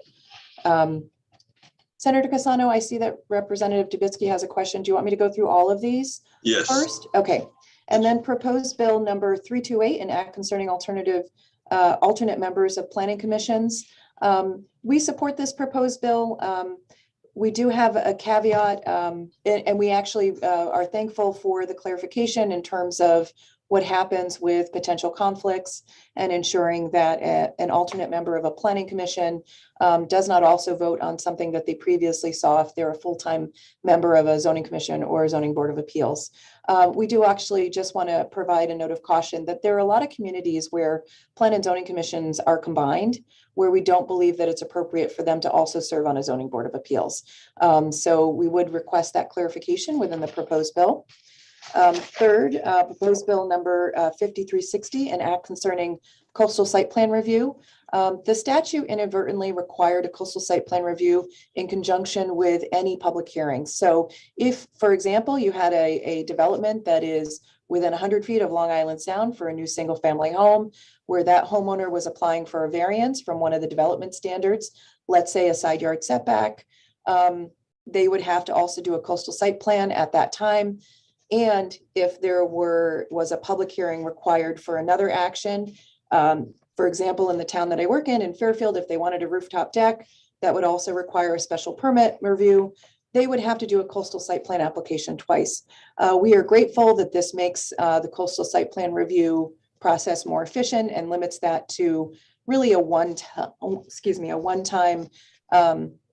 coastal site plan review, which should cover all of the environmental concerns and protect those adjacent coastal resources adequately. Lastly, for Ms. Harrigan? Yes. You have 10 seconds remaining. I'm going to be very quick. Proposed Bill 5359, an act requiring a study of the feasibility of permitting the online advertisement of legal notices of municipalities. Planners across the board, please, please, please support this. The pandemic certainly showed that online noticing was effective. We saw an increased attendance for planners throughout the state in people attending their meetings. So the online noticing was successful, and we really do hope that the legislature looks at this carefully and adopts this change to allow municipalities to do this. Thank you. And if you have any questions, please let me know. Thank you. Representative Dubinsky. Thank you, Mr. Speaker, and thank you, Ms. Harrington, for coming in. So I heard what you said about 5358. So it's your feeling that this change should be made with regard to transfers of existing facilities, not new facilities? Is that what I got from your statements? So I'll take off my government relations hat and put on my local planner hat. And oftentimes within zoning regulations, depending on your district, you have a use table or a use narrative that says, in these locations, we allow for these certain types of uses. Just like alcohol uses, just like motor vehicle uses, the places where those can occur within a municipality are defined by a local zoning regulation. And also, usually there are standards that define specifics relative to how that operation needs to operate. So for example, if a municipality felt very strongly within their parking regulations or within a subsection of that of the permit that you issue, whether it's a site plan, whether it's a special permit, whether it's a special exception for gas station and motor vehicle uses, oftentimes there will be standards that subscribe how that use has to operate. So for example, for a gas station, you want a one-way circulation, maybe you don't, around the pump islands to eliminate any potential traffic confusion around those islands. Maybe you want a specific aisle width in order to accommodate adequate traffic movement around your pump islands. Those are things that we oftentimes will see within local zoning regulations. So the certificate of approval, it wouldn't negate that first review in order to develop a site. You have site plan standards and special permit or special exception regulations within your local zoning regulations. So our caution, and I hear what you're saying, our caution is for local municipalities that don't have that language now, they should make sure that they are covered by any concerns that may arise of these types of businesses. But where we see the problem is the way that the statute was written. Every single time you had a change of ownership, you had to get a public hearing for a change of ownership when there was ostensibly no change in the way in which that business operated because the land was already developed with where the islands were, where the pumps were, whether there were service bays, whether that was a convenience store, all of those things had already been developed and constructed. So it was an onerous responsibility based on the statute to have a public hearing every single time you have a new operator, whether it goes from Gulf to a different gas station owner, whether that, gas company sublet the repair shop portion of it, and then that had to be re-signed off. So we really believe that this simplifies the process, as long as local municipalities feel very comfortable that they have within their zoning regulations those standards that they feel strongly about. Okay, well, I appreciate that, but unfortunately, it didn't answer my question. My question was, do you believe that changing this should be for renewals when there's a transfer from one person to another, or would this also be effective in new applications? I think this is effective in new applications because, and I'm going to liken this to a restaurant. When a restaurant develops their site, that has to go through whatever prescribed process is within your zoning regulations, and which is given the authority through state statute through 8-2. This speaks to the certificate of approval that the state has to provide to an operator. So it's very similar. It doesn't negate a local municipality's ability to review the site plan development of that site before that certificate of approval is granted, whether it's a brand new one or whether it's a renewal. Okay, here's my problem with the actual text of it. I have made no secret that I support moving the decision from the Zoning Board of Appeals to the ZEO. But here's my problem with the text of it. If a person decides that they want to have a car repair place, and under the current, and let's say they're in a residential zone, or let's say somehow their site does not fully conform to all of the regulations. Currently, they have to go to the Zoning Board of Appeals. And the Zoning Board of Appeals can take that into account and give them the necessary waiver or variance or whatever, and give them a certificate. Give them a certificate, right? And under the current regulations, they would give them a certificate that the applicant would present to the commissioner. Under the new language, they have to go to the zoning enforcement officer who determines whether or not the proposed location and use conforms to the zoning regulations. So if it doesn't, the zoning enforcement officer can't give them that affirmation. So they have to go to the Zoning Board of Appeals anyway. And the only thing in here the only thing in the new language that allows them to get approval from the commissioner is a affirmation from the zoning enforcement officer. Well, the zoning enforcement officer can't give them that affirmation. Only the Zoning Board of Appeals can. So the problem is not changing it from one to the other. The problem is how it's written.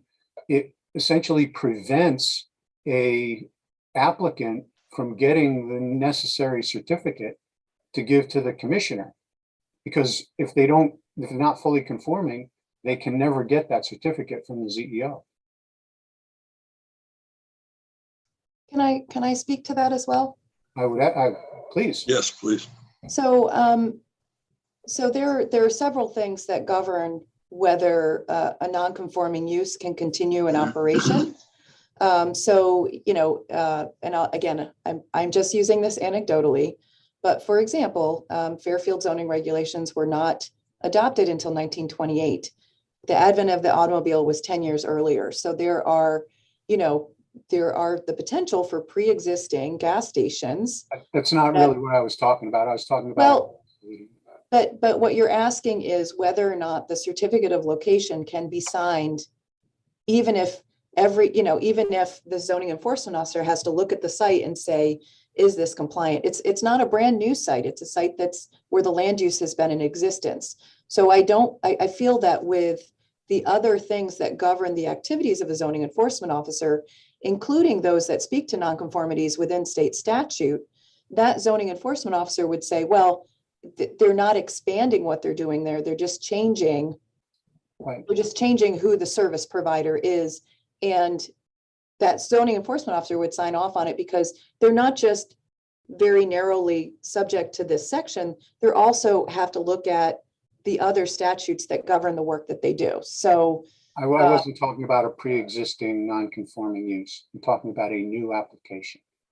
well, if that's not allowed within a residential zone, you wouldn't be able to sign off on it. Correct, but the ZBA would. And in this instance, the zoning enforcement officer could not issue the necessary certificate, even if the person got a variance. If they got a variance, then a zoning enforcement officer could sign off. Not under this language. I'm sorry.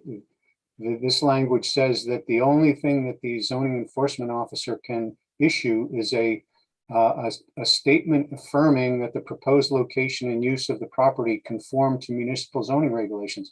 Well, if they get a waiver or variance from the ZBA, it doesn't conform. So that's why I understand your desire to move this, and I agree with it. I'm just saying there's a problem with the actual language, which does not take into consideration a new application that does not conform to current regulations. And I think that needs to be changed. I thank you for your responses. And you're free to to respond to that if you want.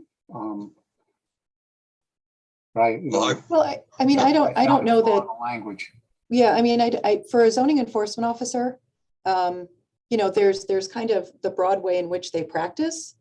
And so if something's been granted a variance, it's by its, and again, you have zoning regulations that say you have to do X, Y, and Z. That's what variances are for. So, in the everyday practice of a zoning enforcement officer, if a variance has been granted, they sign off on it because it's been adjudicated by that other agency. So you can always modify the language to fit that clarification, I think, but I don't know that it's necessary in the way that zoning enforcement officers do their everyday jobs.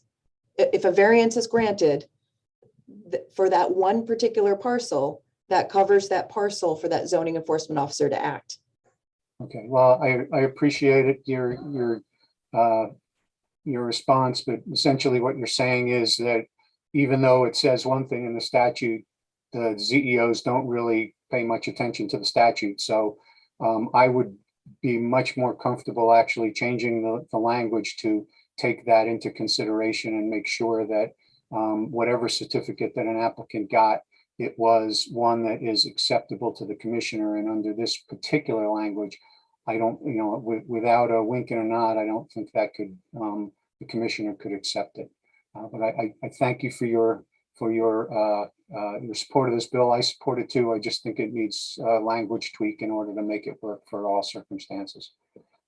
Thank you. And thank you, Mr. Chairman. Thank you, Representative Dubinsky. Emmeline, thank you for your testimony. And I think Rep. Dubinsky has raised some issues here that we obviously can resolve, and we will work to make sure the language is clarified during the process here, so that in fact we don't have the potential of error. Thank you. All right, moving on. Betsy Garrett, I saw Betsy. Betsy's here. Welcome, Betsy. Thank you, Senator, and your pup I see in the Zoom box. She likes to jump up here.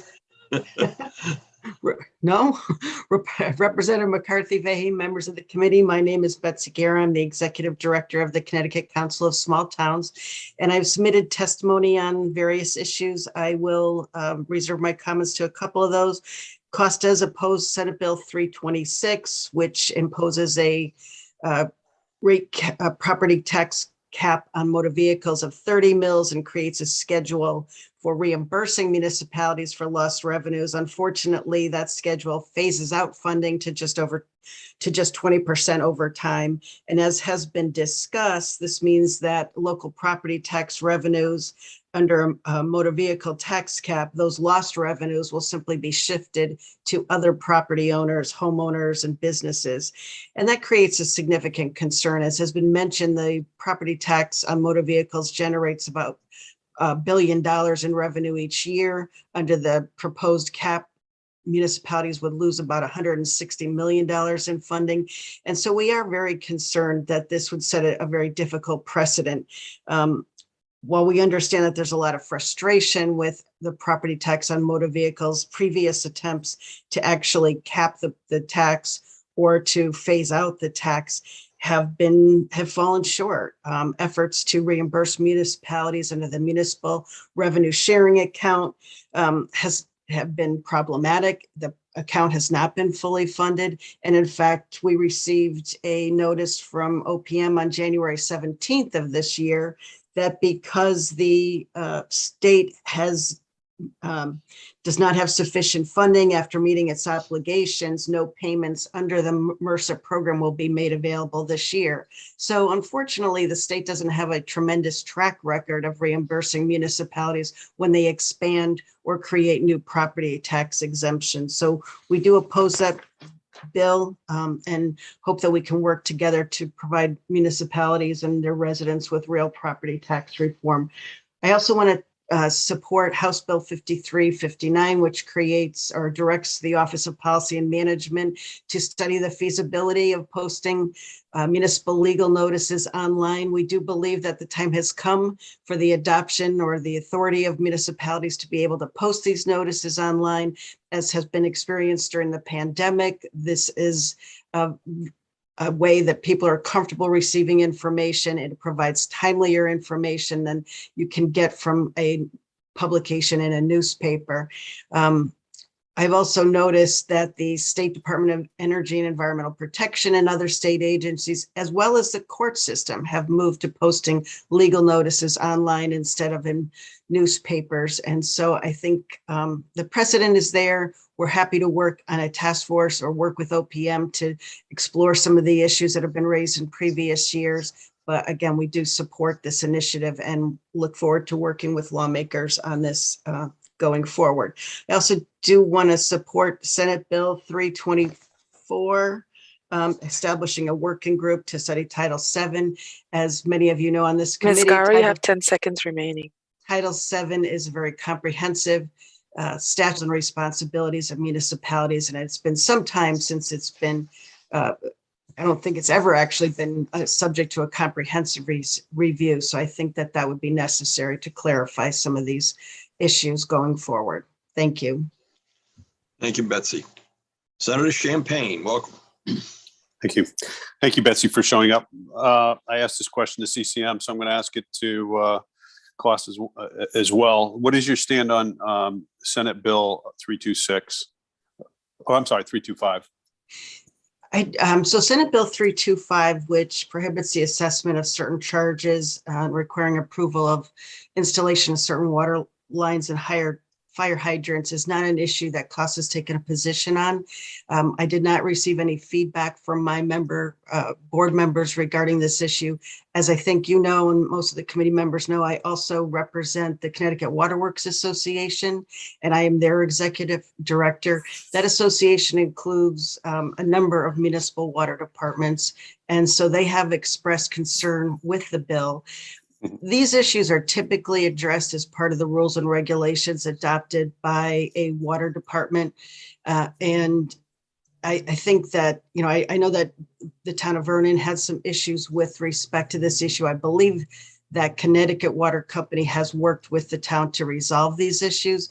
But I do think that there are concerns about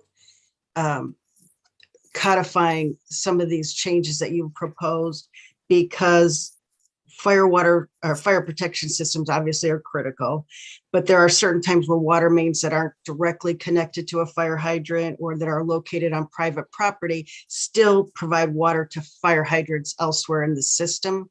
So I think this is something that if there are issues, and I will reach out to my member towns again, that they should be directed to work with the water company in their service area to see whether or not there are any issues. But I don't believe that in most cases, this is going to result in any considerable savings to the municipality, and that it may undermine the ability to fund critical fire protection systems. Okay, well, thank you for that. Just to point out, I mean, a lot of towns probably don't know they have the issues. And essentially it was myself that uncovered a lot of the issues. But one of the critical issues is the fact that the fire hydrants are not tested fully open.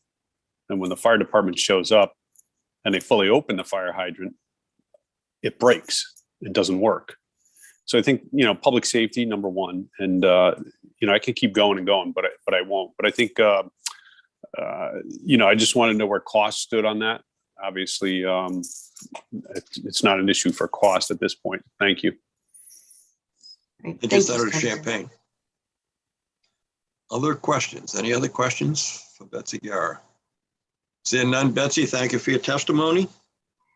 Senator, our next two speakers aren't with us. I'm sorry, Our next two speakers aren't with us, so we can move on to number 12. All right, Chris Stone is here from MDC. Yes, thank Chris you. Didn't know he was coming on so quickly, so he's I know. adjusting. I'm on the hot seat. Thank you, Mr. Chairman, and thank you. Welcome back. Thank you, Senator, and thank you, Representative McCarthy-Vahey and ranking members for raising this bill. I'm here to speak about. If I can pop it up here. Hear you. Can you hear me? Yes. Okay, so I'm here to talk about Senate Bill 322. Sorry, Senate Bill 322. This is a bill that is mirrors a bill that was submitted a couple years back, and that was fortunately approved by this committee. It's identical to the one that was approved by the committee. Then it passed the Senate, but didn't get called in the House. We're revisiting it and hoping that once again we'll get favorable consideration. The bill we submitted testimony. I won't bore you with reading it, but it's really summarized in page 2 of our testimony, the first full paragraph. When we issue bonds for capital projects, we routinely we may refinance those bonds over a period of time in a period of time. And when we do so, we have to hold the proceeds of a refinance in escrow or in trust for, I believe it's 90 days, a certain period of time. When we do that, and we have a bonding cap that we must comply with, not only is the initial bond that we're refinancing counted towards our cap, but also the monies that we've now received and put in trust to pay off those bonds, that's also counted towards our cap. So in those instances, it's a double count. And unlike all other municipalities in the state who don't have that same problem, because they have a statute which is cited 7-374B that doesn't provide for that double counting. They only have to count that principal amount once. And so all we're asking for is to be treated in the same manner as other municipalities. I would submit, and I have not done research as to when 7-374B first came about, but our charter came about in 1929. So it would be my best guess that our charter just hasn't caught up to the statute, and hopefully it will eventually catch up to the statute with your action. I've also submitted in my testimony a request for consideration of an amendment to the Senate Bill 322. The amendment is attached to our testimony, and it concerns when a lien on premises for the non-payment of a water bill comes about or arises. Under our charter, a lien does not arise until such time as we actually file a lien on the land records. For other municipal water companies, the lien arises at the time that the bill becomes delinquent. And there may be a difference between that time the delinquency occurs and when we can file a lien or file a lien. And in most situations that hasn't been a terrible problem, but it has come up on bankruptcy proceedings in terms of when our lien arises, when it's perfected, and whether or not we can collect on a lien with a bankruptcy filing. So we're asking, similar to the first part of the main part of 322, we're asking, or 325, 322, excuse me, we're asking that we be treated the same as other municipal water companies, that our liens would arise at the time that the charge becomes delinquent, rather than waiting until the lien is actually filed. And that concludes my testimony, Mr. Chairman. I'd be more than happy to answer any questions. Thank you, Mr. Stone. Any questions for Mr. Stone? Seeing none, I think what you're asking is that everybody be treated the same way. And we did pass it out of committee, and hopefully we'll get it out again this year. Thank you for your testimony. Thank you very much, Mr. Chairman. Next is Mayor Neil O'Leary from Waterbury. Mayor O'Leary is not with us today. Okay, unfortunately. I always enjoy his testimony. Mary Ann Turner.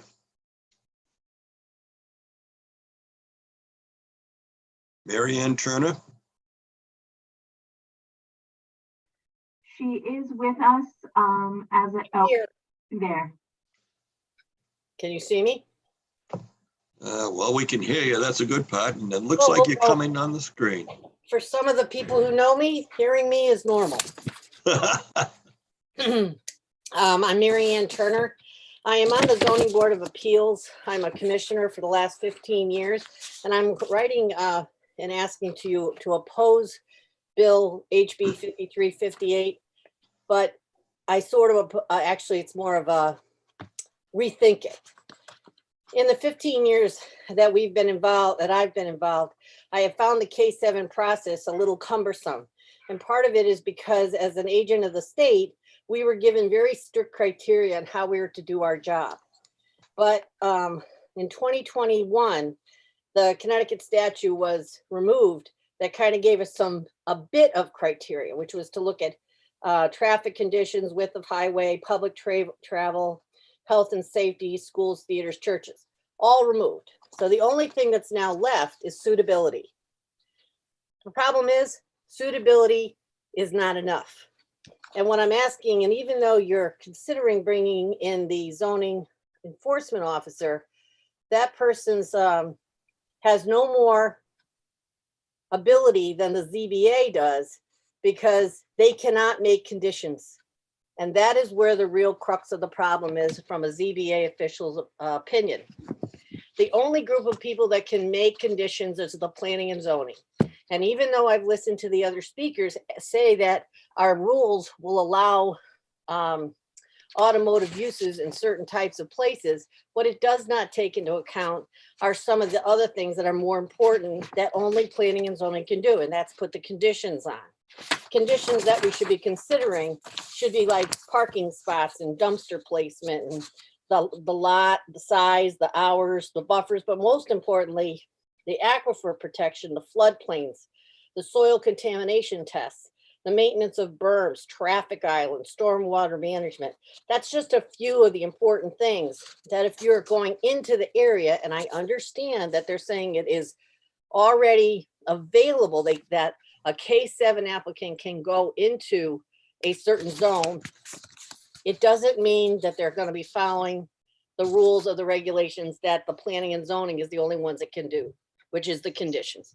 So I'm asking you to rethink it and not just give it to the zoning enforcement officer who, yes, you're correct, he can enforce the zoning rules, just like ZBA can. But since we are now an agent of the state and we have been told, and I can show you a mountain of attorneys' opinions that I personally have pushed into our town attorney on this very subject, we have been told, stay in your lane. And right now my lane is so narrow that we're just down to suitability. And suitability says, can that business, and we have one right now, is it in the right zone? Well, the only answer we can give is yes or no. But is that business the right business for that spot? No. Many times they can be, but they're not given the conditions they need to function. The other thing that we have learned is that we've been told numerous times that if the property has already had that type of business in the past, then the only conditions ZBA can use are the ones that were there previously. And we've had some that have shown up from 1965 in the Ms. 70s. Turner, you have 10 seconds remaining. And those conditions are literally outdated. I hope that you'll ask me some questions because my experience is different than the other speakers because I personally have been part of the K7, and as the secretary of the commission, I am the one who signs off on those at the moment. Okay. Marianne, thank you for your testimony. What is your town or city that you live in? So we have it for the record. I apologize. It's the town of Enfield. Enfield, okay. And Representative Hall, you have a question. Thank you, Mr. Speaker, and welcome, Marianne. A couple of really concise questions. So if we change this from the agent themselves making the decision, so moving it to the actual planning and zoning, would that fix the issues that you see right now with this bill? Or specifically, where would you like to see the responsibility move to that will make this work? Truthfully, it needs to, my opinion, it needs to go back to planning and zoning because Representative Hall, what has happened is the people who come in with K7s don't have to go in for a site plan review. It's almost that they could say, yeah, maybe I will, but they don't have to. And if they come to us first, ZBA, and we have to only say, yep, suitable, then we sign. Once I put my signature on that, that becomes a license and they no longer have to come back. And we have had this problem because we've had a company come in, they got their K7s, they had some conditions put on them, and within a matter of a year, they opened up a whole nother business on the same facility, and no one's ever gone in there to see if it fits or if they have the right downdraft boosts and things like that. So by moving it to planning and zoning and Yes. taking it away from the ZEO, it allows certain conditions to be placed on the approval process. Absolutely. And it'll be better for the towns because the very group of people who have the right to set policy, and if I'm using the right language, is only planning and zoning. The ZEO can only enforce what rules are on the book. They cannot put conditions on a new business. So if this is just going to continue as a rubber stamp, then just leave it in front of ZBA. Yeah. Because the ZEO is not going to do anything different than we're already doing. And so moving it to the ZEO, it does not fix the issue. It just moves the issue basically. Right. So just by changing it to planning and zoning, it would definitely address the concerns. Okay. All right. Thank you. Thank you, Mr. Chair. I appreciate it. Thank you, Representative Hall. Representative Winkler. Yes, Ms. Turner. I was on Vernon's Zoning Board of Appeals, and I can't remember any gas station having any trouble at all locating in town. Obviously, there seems to be something going on somewhere where they're having trouble locating. Are you aware of what the push is behind this bill? Well, honestly, Representative, it's not gas stations. Gas stations are kind of like, it makes sense. They can only be where they want to be. I'm talking about tire stores, body shops, automotive shops. We have car dealers. These are all under the K7 rule. And one of the biggest problems that you have to watch is, are they new? Are they used? There's 3 categories. And if you make a mistake, you could actually turn one group person's license into an automotive dealer that you didn't realize. This is not simple. I've learned from experience. So it's not gas stations. It is all those other things. And let me tell you, I could, if you had the time and wanted to have coffee, I could give you a laundry list of all the things. It's never been gas stations that's come in front of us. It has been old tire stores and body shops. And right now we have a car dealer issue. And I'm sitting on it because In my town, we just gave in. We have a long road that's nothing but car dealers. Well, Anyways, thank you. Thank you, Mr. Chair. Thank you. Representative Dubitsky. Thank you, Mr. Chair, and thank you, Ms. Turner, for coming in.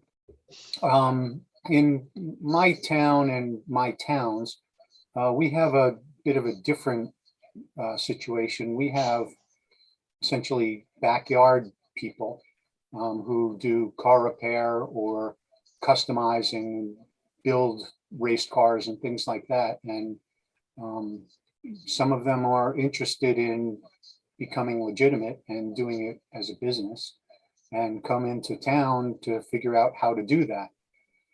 So we, as the Planning and Zoning Commission and the ZEO, always, under the current statute, direct them to the Zoning Board of Appeals. Is it your feeling that instead of the Zoning Board of Appeals, it should go to the Planning and Zoning Commission as opposed to the ZEO? truthfully, that is a two-sided sword, Representative, because truthfully, they'd have to come in front of ZBA because they might need a variance. And that's really what ZBA's job is. And we would then stay within the confines of the regulations. On the other hand, they should also be in front of planning and zoning because they're going to need to have conditions put on it. Now, this is where the rub comes. In Enfield, the new rule is they would have to come to ZBA first for us to decide if this hobby shop now wants to become a full-blown mechanic shop, can be in that place, right? We would then have to give it a variance, that person a variance. Variances are very hard to get because that's the way they should be. That you don't give them away because someone's your best friend. You must look to the future. A variance is forever. Until God takes earth, it's forever. And usually what'll happen, it's very difficult for that hobby shop now to want to be a legitimate or a different type to get through ZBA.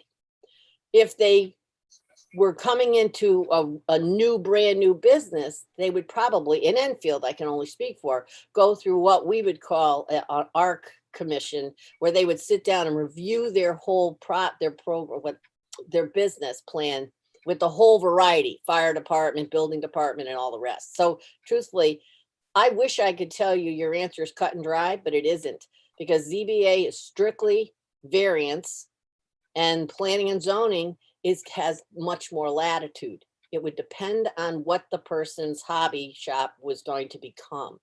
And it wouldn't just be about placement.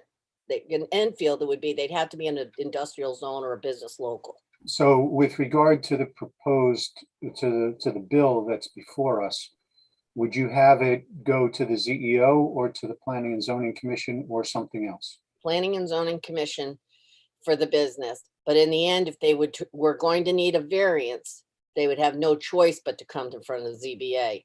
And depending on how your town handles it, it could be a rough road to go. Sure. And there's certainly no guarantee that anybody's going to get approved, but absolutely, assuming that they do under the current language, it would appear to me that there isn't anybody authorized to submit that letter or that certification to the commissioner.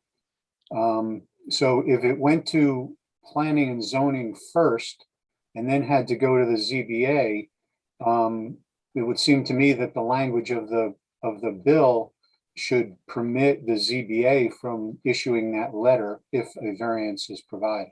Right, but please keep in mind, when we're acting as a case 7 agent, we are not acting as a variance commission. They are literally off into the other room. We are there as an agent of the state specifically for the case 7 application, and we cannot vary from that. If the person is coming in front of us specifically for a variance, they will file in that manner and we will put that hat on. But these are two totally different things right now. And that's where the rub is, because the legislature has whittle down anything we can do, because ZBA never has the right to place conditions. The ZEO doesn't either. All they can do is open the book and say page 6, paragraph 2. That's it. This really and truly, to be customer friendly, which is what we're trying to do, is be business friendly across the street, they must go back and start in planning and zoning. That is the only vehicle this government has that writes regulation and can impart their conditions. And they can be 1 condition or 50 conditions. And once they get in front of ZBA, we then act forward with those conditions in front of us.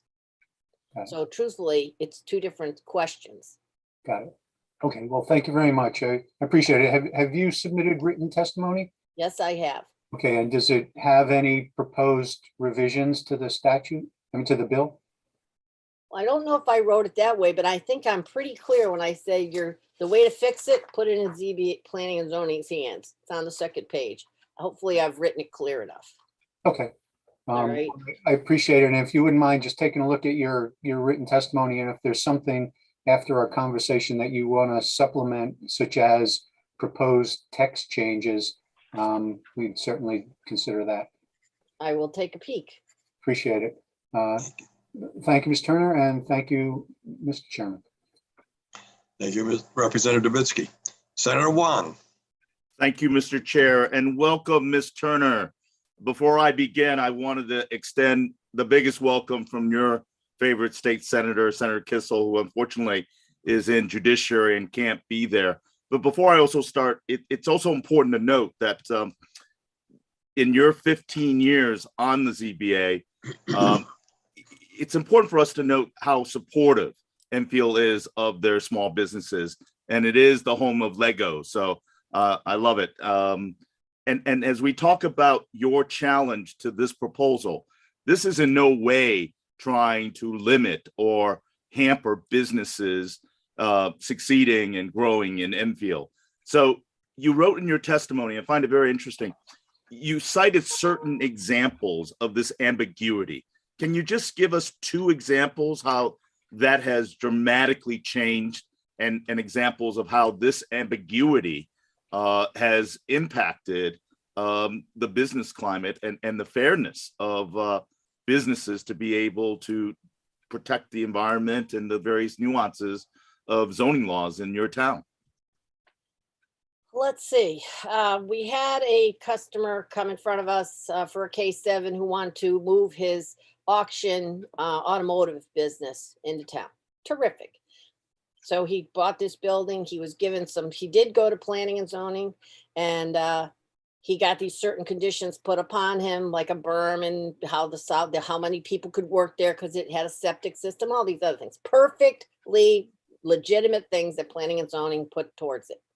The gentleman opened up his business, and within a matter of time, he took one of the bays and switched and opened up a second business on a totally different name as a body shop.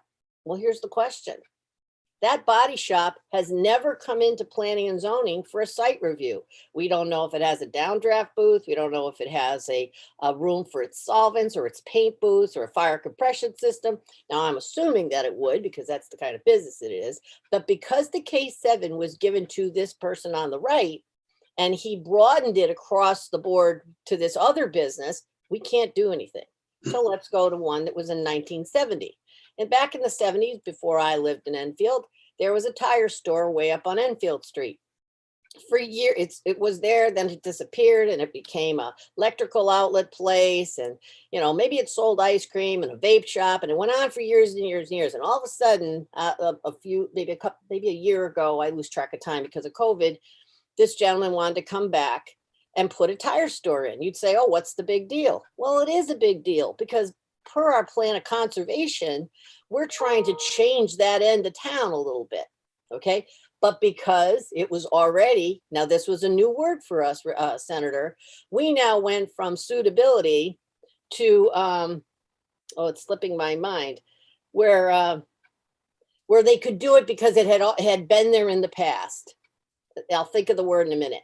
But the bottom line was, So all of a sudden, the conditions that were being put forth for this brand new business and never went in front of planning and zoning, they got conditions from 1970 that didn't make any sense. So their dumpsters are out in the driveway. They don't have enough parking.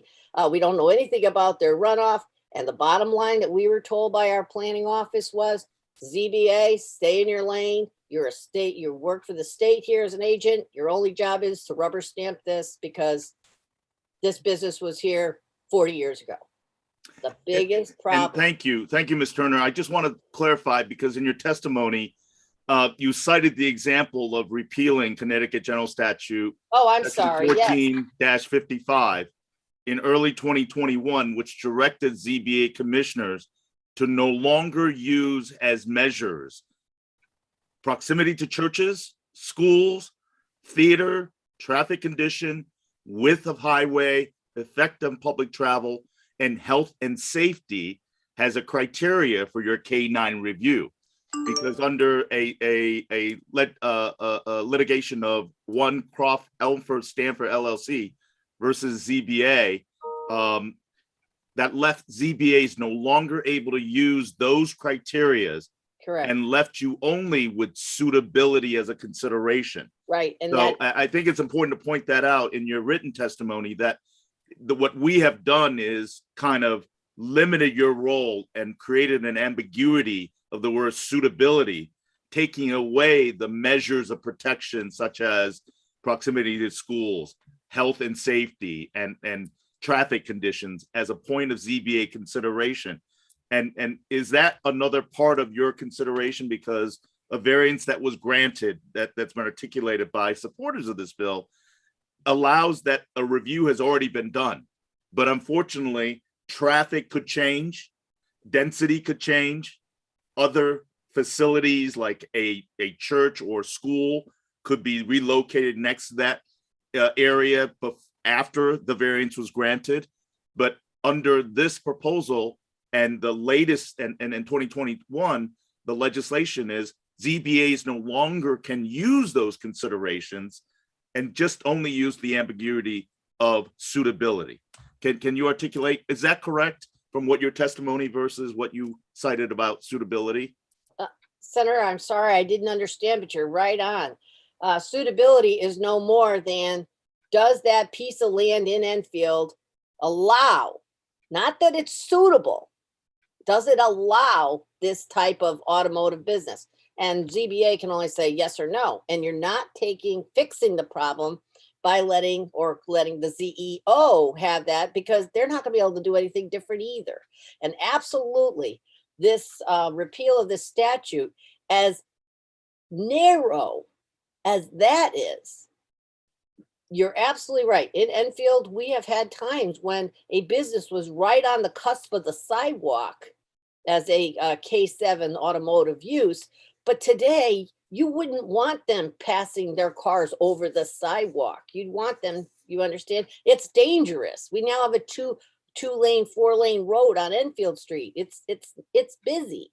So it's been very frustrating, in my own opinion.